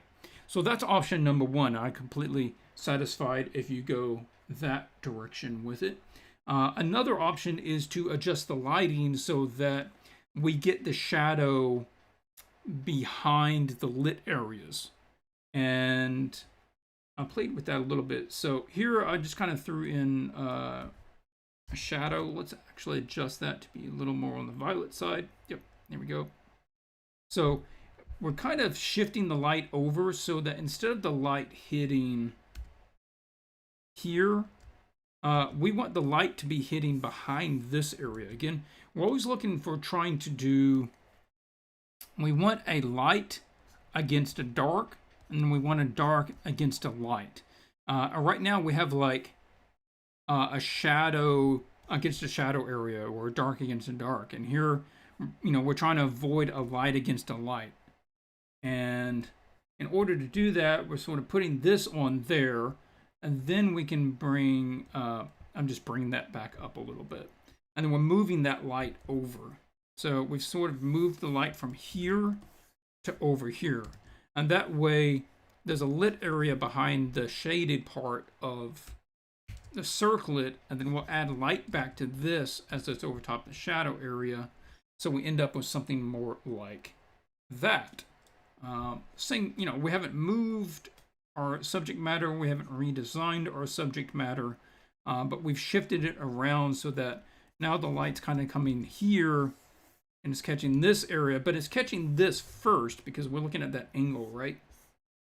That angle, so it's going to be hit here first because it's higher up, and then it continues down and it gets to that area. So I'd be doing that, and then clear this. I would also move this whole scene down a bit. It's just a little high. We could get something in that range. I'm just pulling up a little bit there too. And that would just be a little better positioning there. Fill up a bit more of the scene with that. And then we don't need to go... the shadow isn't going to get extra dark. Once it bleeds into the other shadow, it's going to be the same value, which is why I'm just brightening that up. And then this shadow isn't going to be getting extra dark either. But they'll just kind of meet there. Something along that line. Right. And then we're also, when possible, especially on this scene, we're wanting to shade with color. We do not want to really shade with black or near black, because black is completely desaturated. Anytime that you put black on something, you're desaturating it, which is really robbing us of that color. Now, let's talk a little bit about, was there another question? Oh yeah, there were some other questions. Let me take a look. How would you approach so many flowers without cluttering the image? Where to detail, where to blur, fade, lose soft edges? I think actually the approach that you've got right now is going really well. And I don't see really a need to change that. Where possible, I would let some of that just be a little unfocused. And like this, that can be a little out of focus. These can all be left out of focus. I'm looking at what you're doing here and just developing some of the flowers kind of right in this area. And that's fine. And let the rest of them just sort of turn into brush strokes. I think you're doing it the right way. We don't need to overdevelop them. I would say just go in there, pick out some of the edges that you really like, and edges that you don't need to be sharp. I would just come in here. I've got the smudge tool. I would just soften them out. Do the same sort of thing on my Saproline image. It's probably in the rotation there up above my camera. But yeah, you just come in here with the softened brush and a smudge brush and soften some of that out. I think you're on the right track with that. Any trick on symmetry for such object in perspective, or just power through with grids? A couple of options, very similar to the issue with the sword. How do you get the perspective on that? You could just go to Sketchfab. I went out to Sketchfab, just found crown, diadem, or something. You could just rotate that until you find, the same position, and then you could kind of sketch yours over that one and just sort of use it as landmarks to help get your symmetry correct. The other option is, again, most toy stores are going to have, or party stores are going to have, like a little girl's plastic tiara, and you could use that. You could just get a little cheap plastic silver girl's tiara and set it up, put a lamp light on it, get the perspective, get the lighting, and just use that as a quick reference. And you could even set up, like I said, the lighting reference with it, and that can help you out right there. I think the overall design is pretty good. You've got the two flowers on it. I really like this opal thing in the middle. I did add a bit more color to that and tied that in a little more with the colors of the scene. I think maybe that direction, because right now it's like in the browns, which isn't really doing anything. If you wanted to really sell it as gold, that would be possible. But I think more of an opal would have a nice color to it on the moonstone. Like the colors you've got there in your reference would be really nice. Some of this isn't as delicate, but I think you could probably come in here and add a little more finesse to some of this. That is still on the wrong tool. Here we go. I'd be looking at, can we add maybe a little section inside of it, right? Maybe a little section that's just a little bit darker, just to keep it from just simple big bands. Or can we add some little flourishes, as if they were kind of petals, right? Kind of petals opening up, and this part's kind of coming out of it. I just want to add one more little level of engraving or leaves or something to it, specifically around this area. This all looks pretty good. It has a nice silhouette, quick read to it. These flowers, those are working for me. Yeah, I think that's going okay. And yeah, that addresses everything. I'm happy with the way it's progressing. Just a couple of those adjustments to keep it on course, get a little more out of it. You'll be in good shape. Okay, Travis.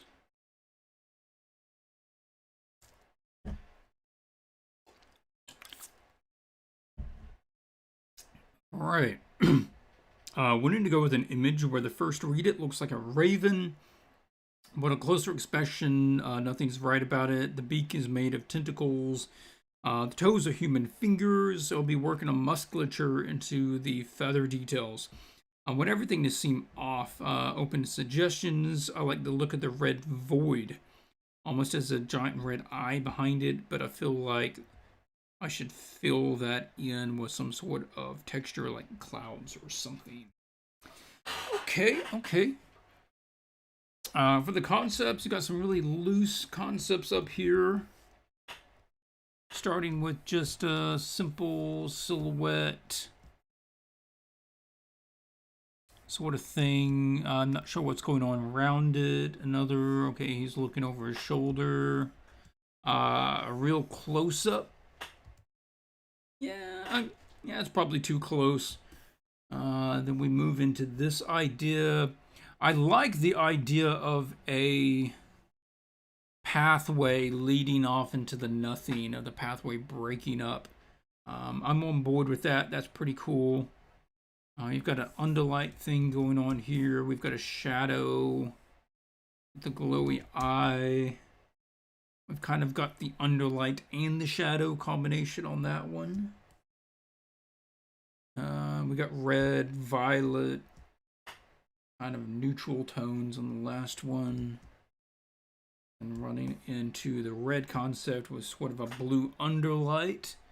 Getting inspiration from this image over here with the blue red light on a dark image. Okay. You've got the calling. Okay, yeah, so this is one where, there's some action going on. There's some motion happening on the crow. The head is being turned. The mouth is open. So he is emoting, which is good. But I'm with you. It doesn't feel like the concept is being pushed far enough, and the red is just too stark. There's not enough going on there. I'm also not sure what this is.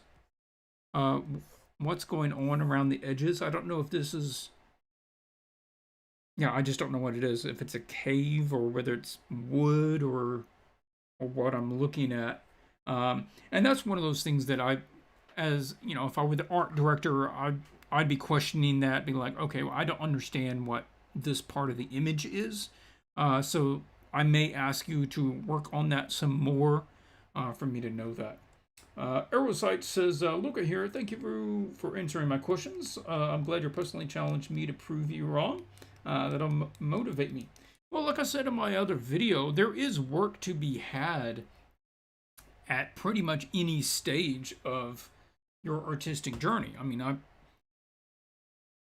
I was what, like I was like 10 when I made my first commission. My friend paid me to draw a Nintendo character for $5. So, I guess that's probably the first time anyone ever gave me money for an image. And then you just grow from there, right? And then eventually you're doing work for big stuff. But it doesn't mean that at every stage you have the opportunity to make a full-time living at that. That's something else. And I'm going to suggest you not try to make a living until you've had time to really establish your skills. Otherwise, you're going to be adding an additional level of stress onto skills that have not been proven, right? And it's not your ability to learn and improve goes down when the stress goes up, which is why I'm going to suggest you try to improve your skills before the stress of this is how you buy food becomes an issue. Travis, it's meant to be a city-like landscape spun around in a circle. Okay, good clarification there. All right, so let's play around with this. First thing I want to do is with this. Let's talk about this here because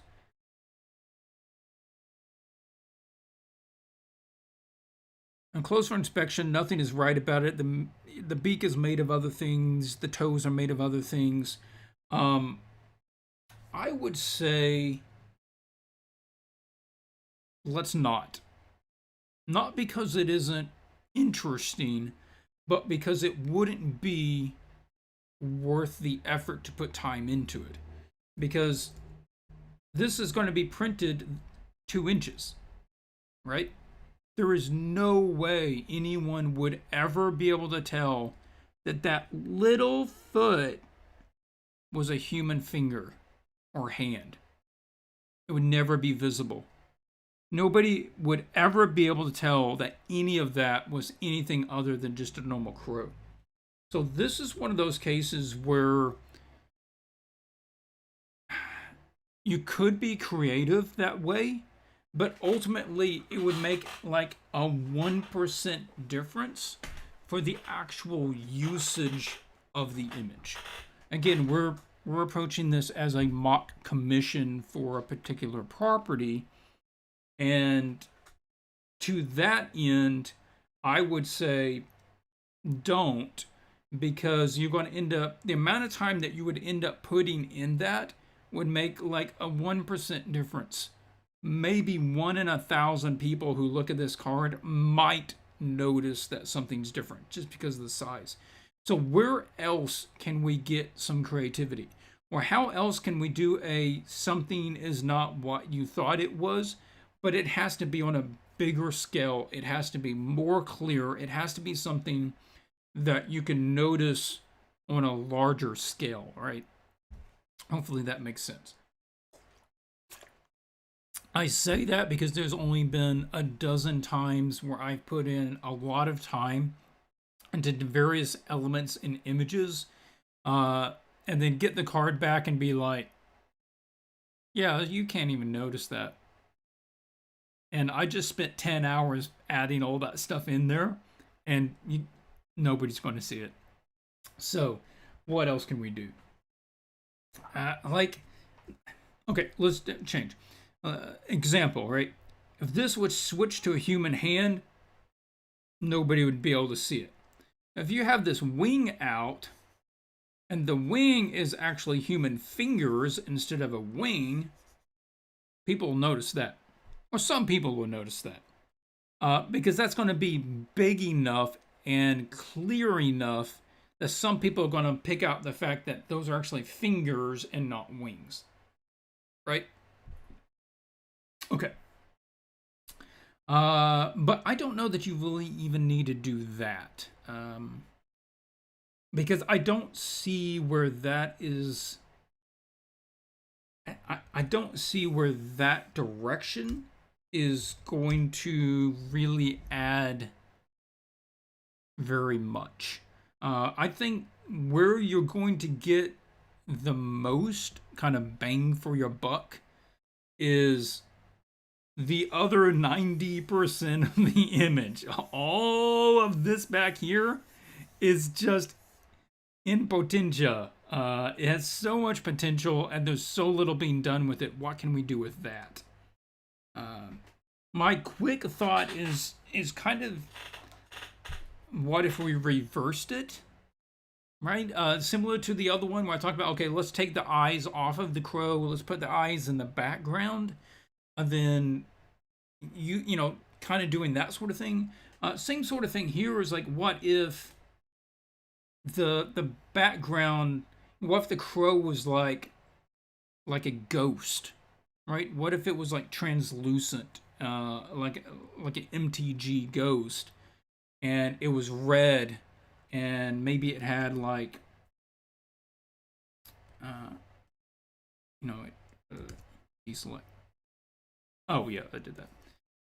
What if it had, you know, like smoke trails or whatever, kind of making it feel ethereal?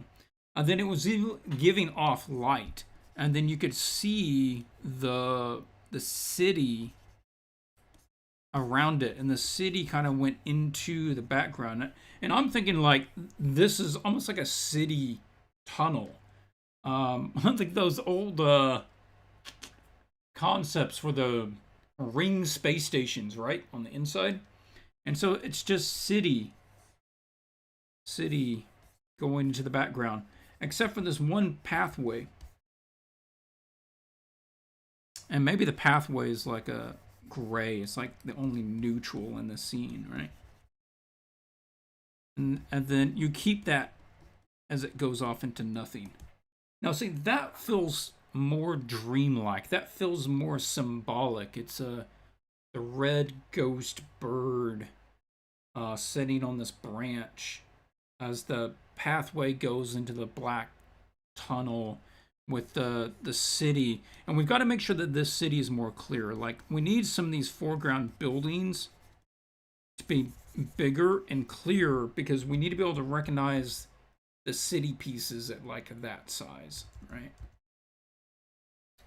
So that's kind of where my head is with it.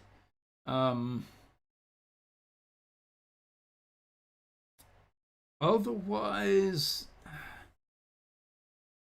like I'm still feeling like maybe if you kind of got this shadowed, this could be kind of like a dark. I'm almost feeling like with this sort of thing, you may even get inspiration from old heavy metal. No, what is it? The magazine, it was called Heavy Metal. They had like punk rock sci-fi covers. Am I not thinking of the right one? Hmm. But yeah, but they had like crumbly cities and that sort of thing.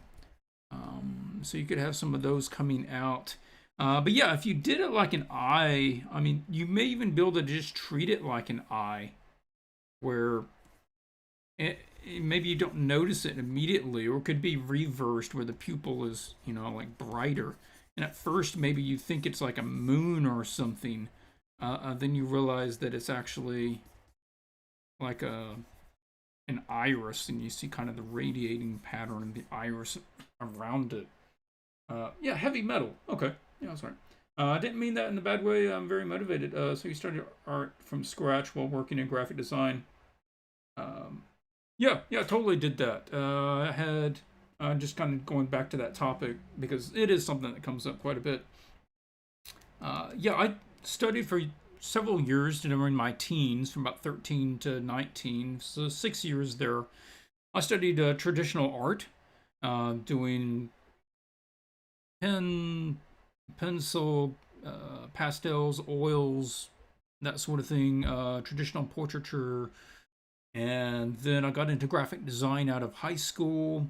I did that full time for about 8 years, started getting really tired of that.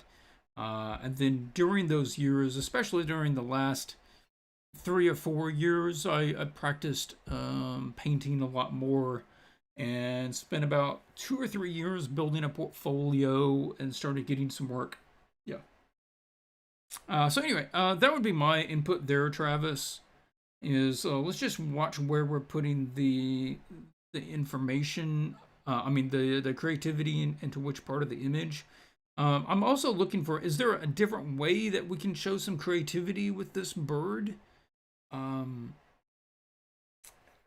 Besides changing small things about it, like swapping the bird feet for hands, is there something more clear, more obvious from a first read that would be different about this bird? Like this bird, it's more clear, like in a first glance, I can tell this is like a spectral,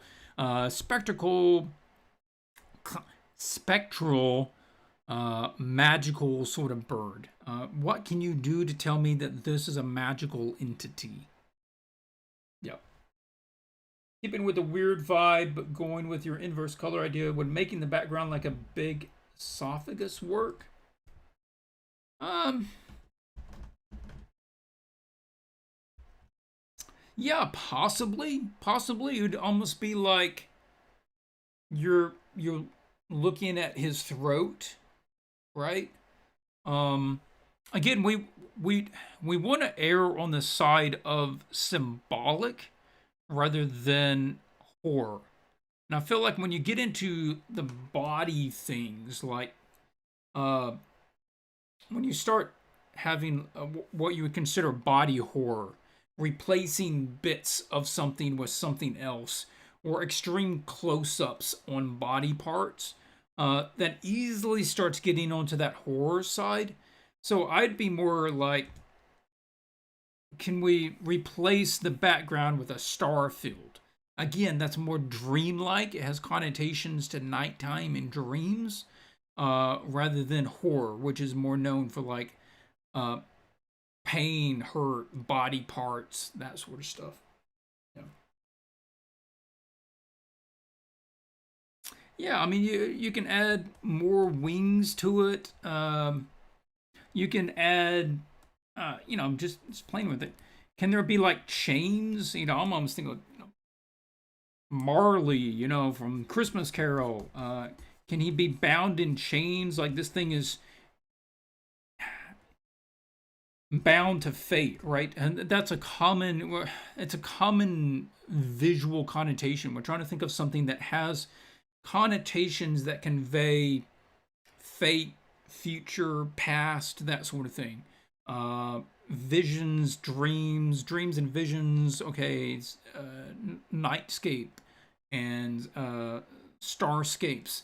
And if there's like a chain off of this, and those chains are linked, um, and they go over here, right? Now this could be interesting, right? And you got different chains, and maybe along those chain links, it has like bells or something odd, something a little unexpected is kind of hanging from these, right? And then something different about the bird. Again, is it kind of like the blind justice? Does it have, is its head wrapped so it can't see, so it's been blinded? Is its eyes just white with age? Over here we've got like part of this bird's skull is coming up, so it's like lost all of its feathers or something. But I'm thinking more on that line, uh, including elements of symbology, of dreams and visions of fate, destiny, that sort of thing.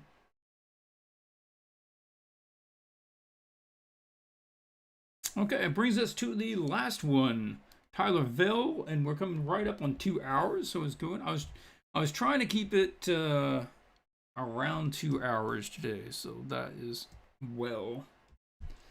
I have him on a lightning bolt right now, but that doesn't repeat enough of the image. And Tyler, yeah. Time never flies more than when doing one of these challenges. I'm not looking for any specific feedback, so anything is welcome. Okay. Always good to see your stuff, Tyler. Let's go ahead and pull up here and take a look at the concepts. I think all three of these concepts are doing really well, so I do commend those. And this is a good example for others who are also just trying to figure out at what level do you take a concept to? How do you kind of approach it? So these are good examples here. Filling most of the frame with the subject, it's a good rule of thumb. Each one of them has something sort of unique about it. This one is reddish, and it is it's kind of like diseased, almost like you would like one of the horsemen of the apocalypse, like plague or something, you know.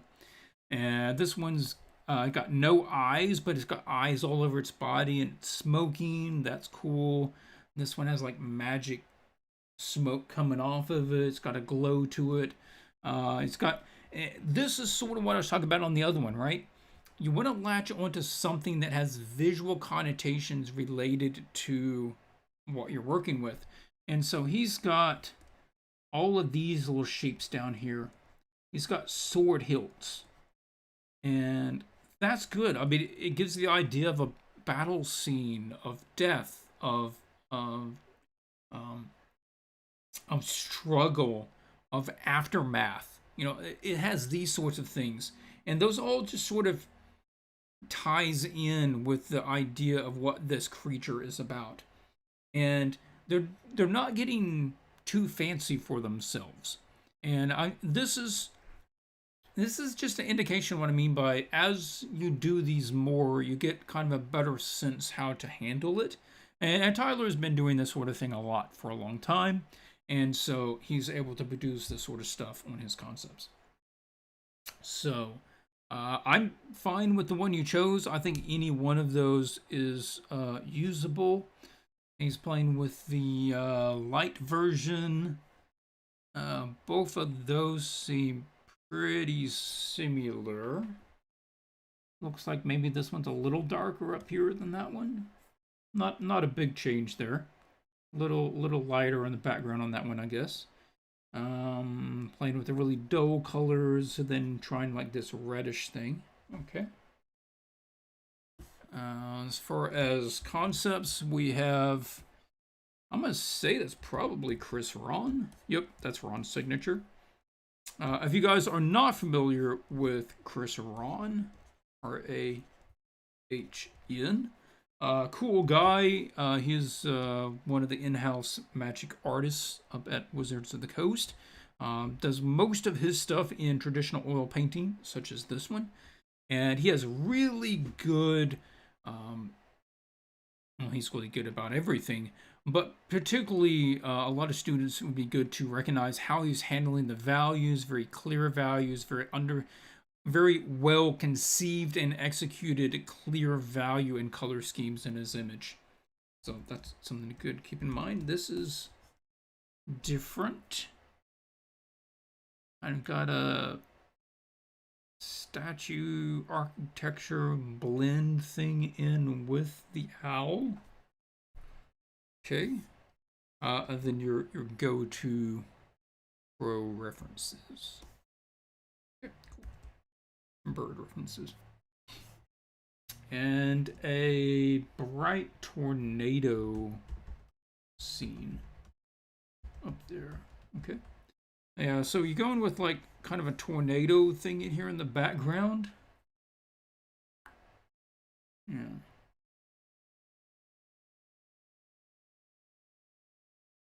That's interesting.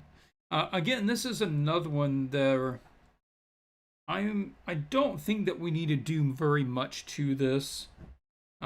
This is already working pretty well. And a lot of this is going to be just handled by the execution. So I did think of this image by James Zapata. You can see the name right there. And I'm just trying to think of, is there another element? Right now it's just a little too still. a little too simple. Is there something else that we could do? And I would say this is really just about this creature, and I would consider just letting this background simple out.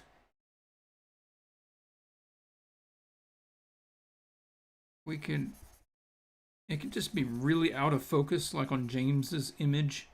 We don't really need to be able to make out very much at all there. And then I also like the idea that he had here of this foreground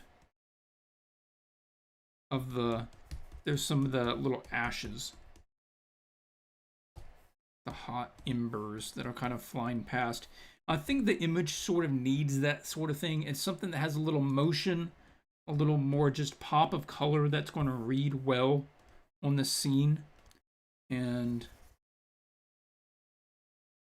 if we let this background drop down a bit, just let its value drop down a bit, we let its color drop down a bit, then what that's going to do is allow us to get more pop from the creature. So we don't always have to see the light source to have the light source influence the scene. So I would consider just doing that. And then when we come up here to this guy, we can have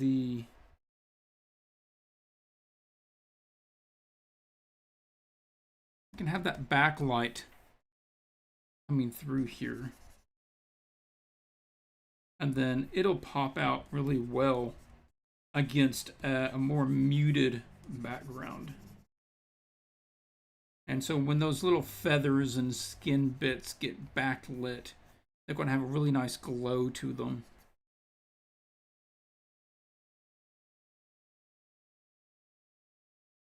Right, and we're just assuming that the light is like back there or back here, something like that. And if you wanted just a little cool light, I mean, we can have just a little cool light there, right? Kind of across of its head a little bit. And the rest of this can just kind of simplify into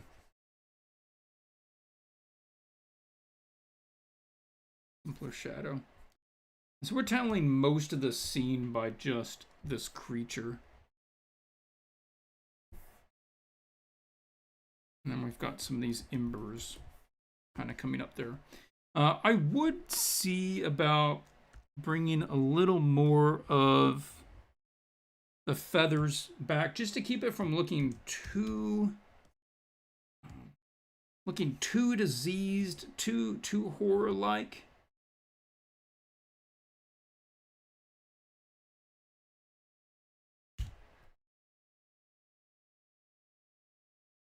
Can we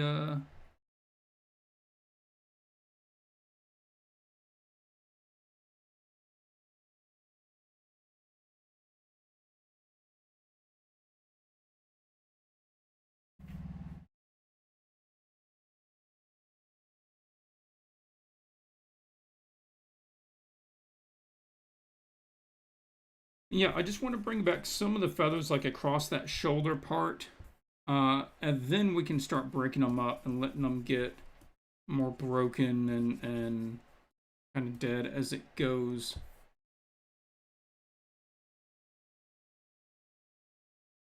And maybe just having a little more of that bluish, dark kind of raven color through some of that before we just get into the completely diseased stuff. Yeah. And if it was me, I would probably have its mouth open. I just think like that emotion would be nice. But I can also see it working this way too, as kind of a passive thing. It's just there. It's just watching you. But yeah, with this, I think you could just really go with a really out of focus sort of background, but we just need that those embers in order to create like another layer to give a little more spatial movement in the scene. And you could even do like you could even do things like, oh wait,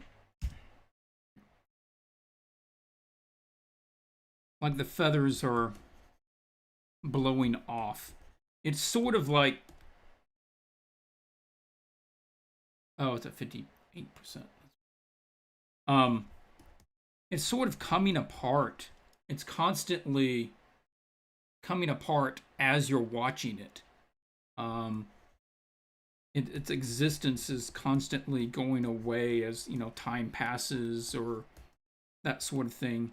And so some of these feather bits, you know, are catching the light as well, so they're sort of coming off.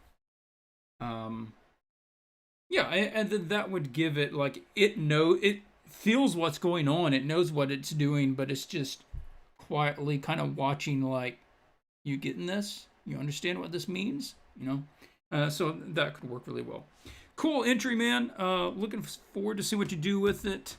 Yeah, just make sure you, again, as with the other ones, let's not get too far into the multi-ugly horror side of it.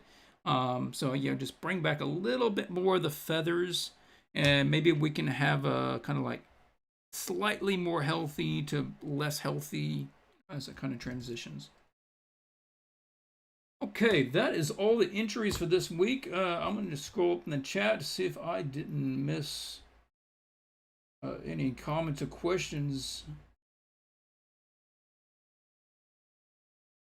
Now, next week, we will have another live stream. It will be Group 2's concepts for this same two topics.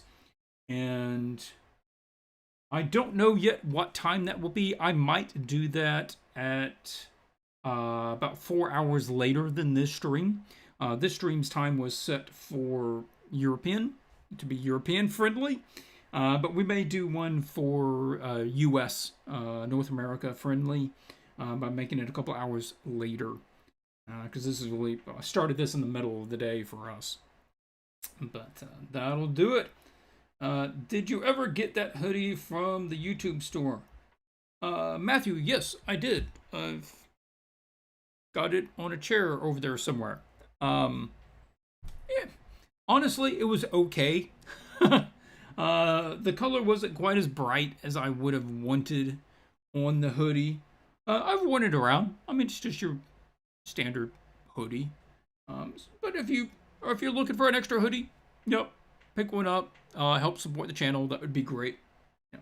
I'm also looking at another store that I may have similar things in. They contacted me about using their service, and I would have more options of different things that I could have stuff printed on, more control over that creative side of it. And I think they probably have higher quality products. So we'll see about that. I'll have to get into it. Would be interesting to get one group for the Europeans and one for the Americans. Yeah, I actually considered that, Carl, before we got into this. I considered just saying group 1 is for, you know, Europe, and then group 2 is for North America. I didn't, because you never know exactly what people's plans are, but it is something that I would consider in the future. And that way I'd set the time one way or the other. Ticket sales to that group was also aimed at Americans. Yeah, so it may be like I do concepts at an early time, and then I do the final reviews at a later time, just so it's kind of friendly to everybody. We'll see about that. Thank you so much for joining in this stream. Of course, if you're not familiar with the stream, there's a bunch of other videos out here. If you like watching these sort of reviews, there is literally 109 other live stream episodes out there.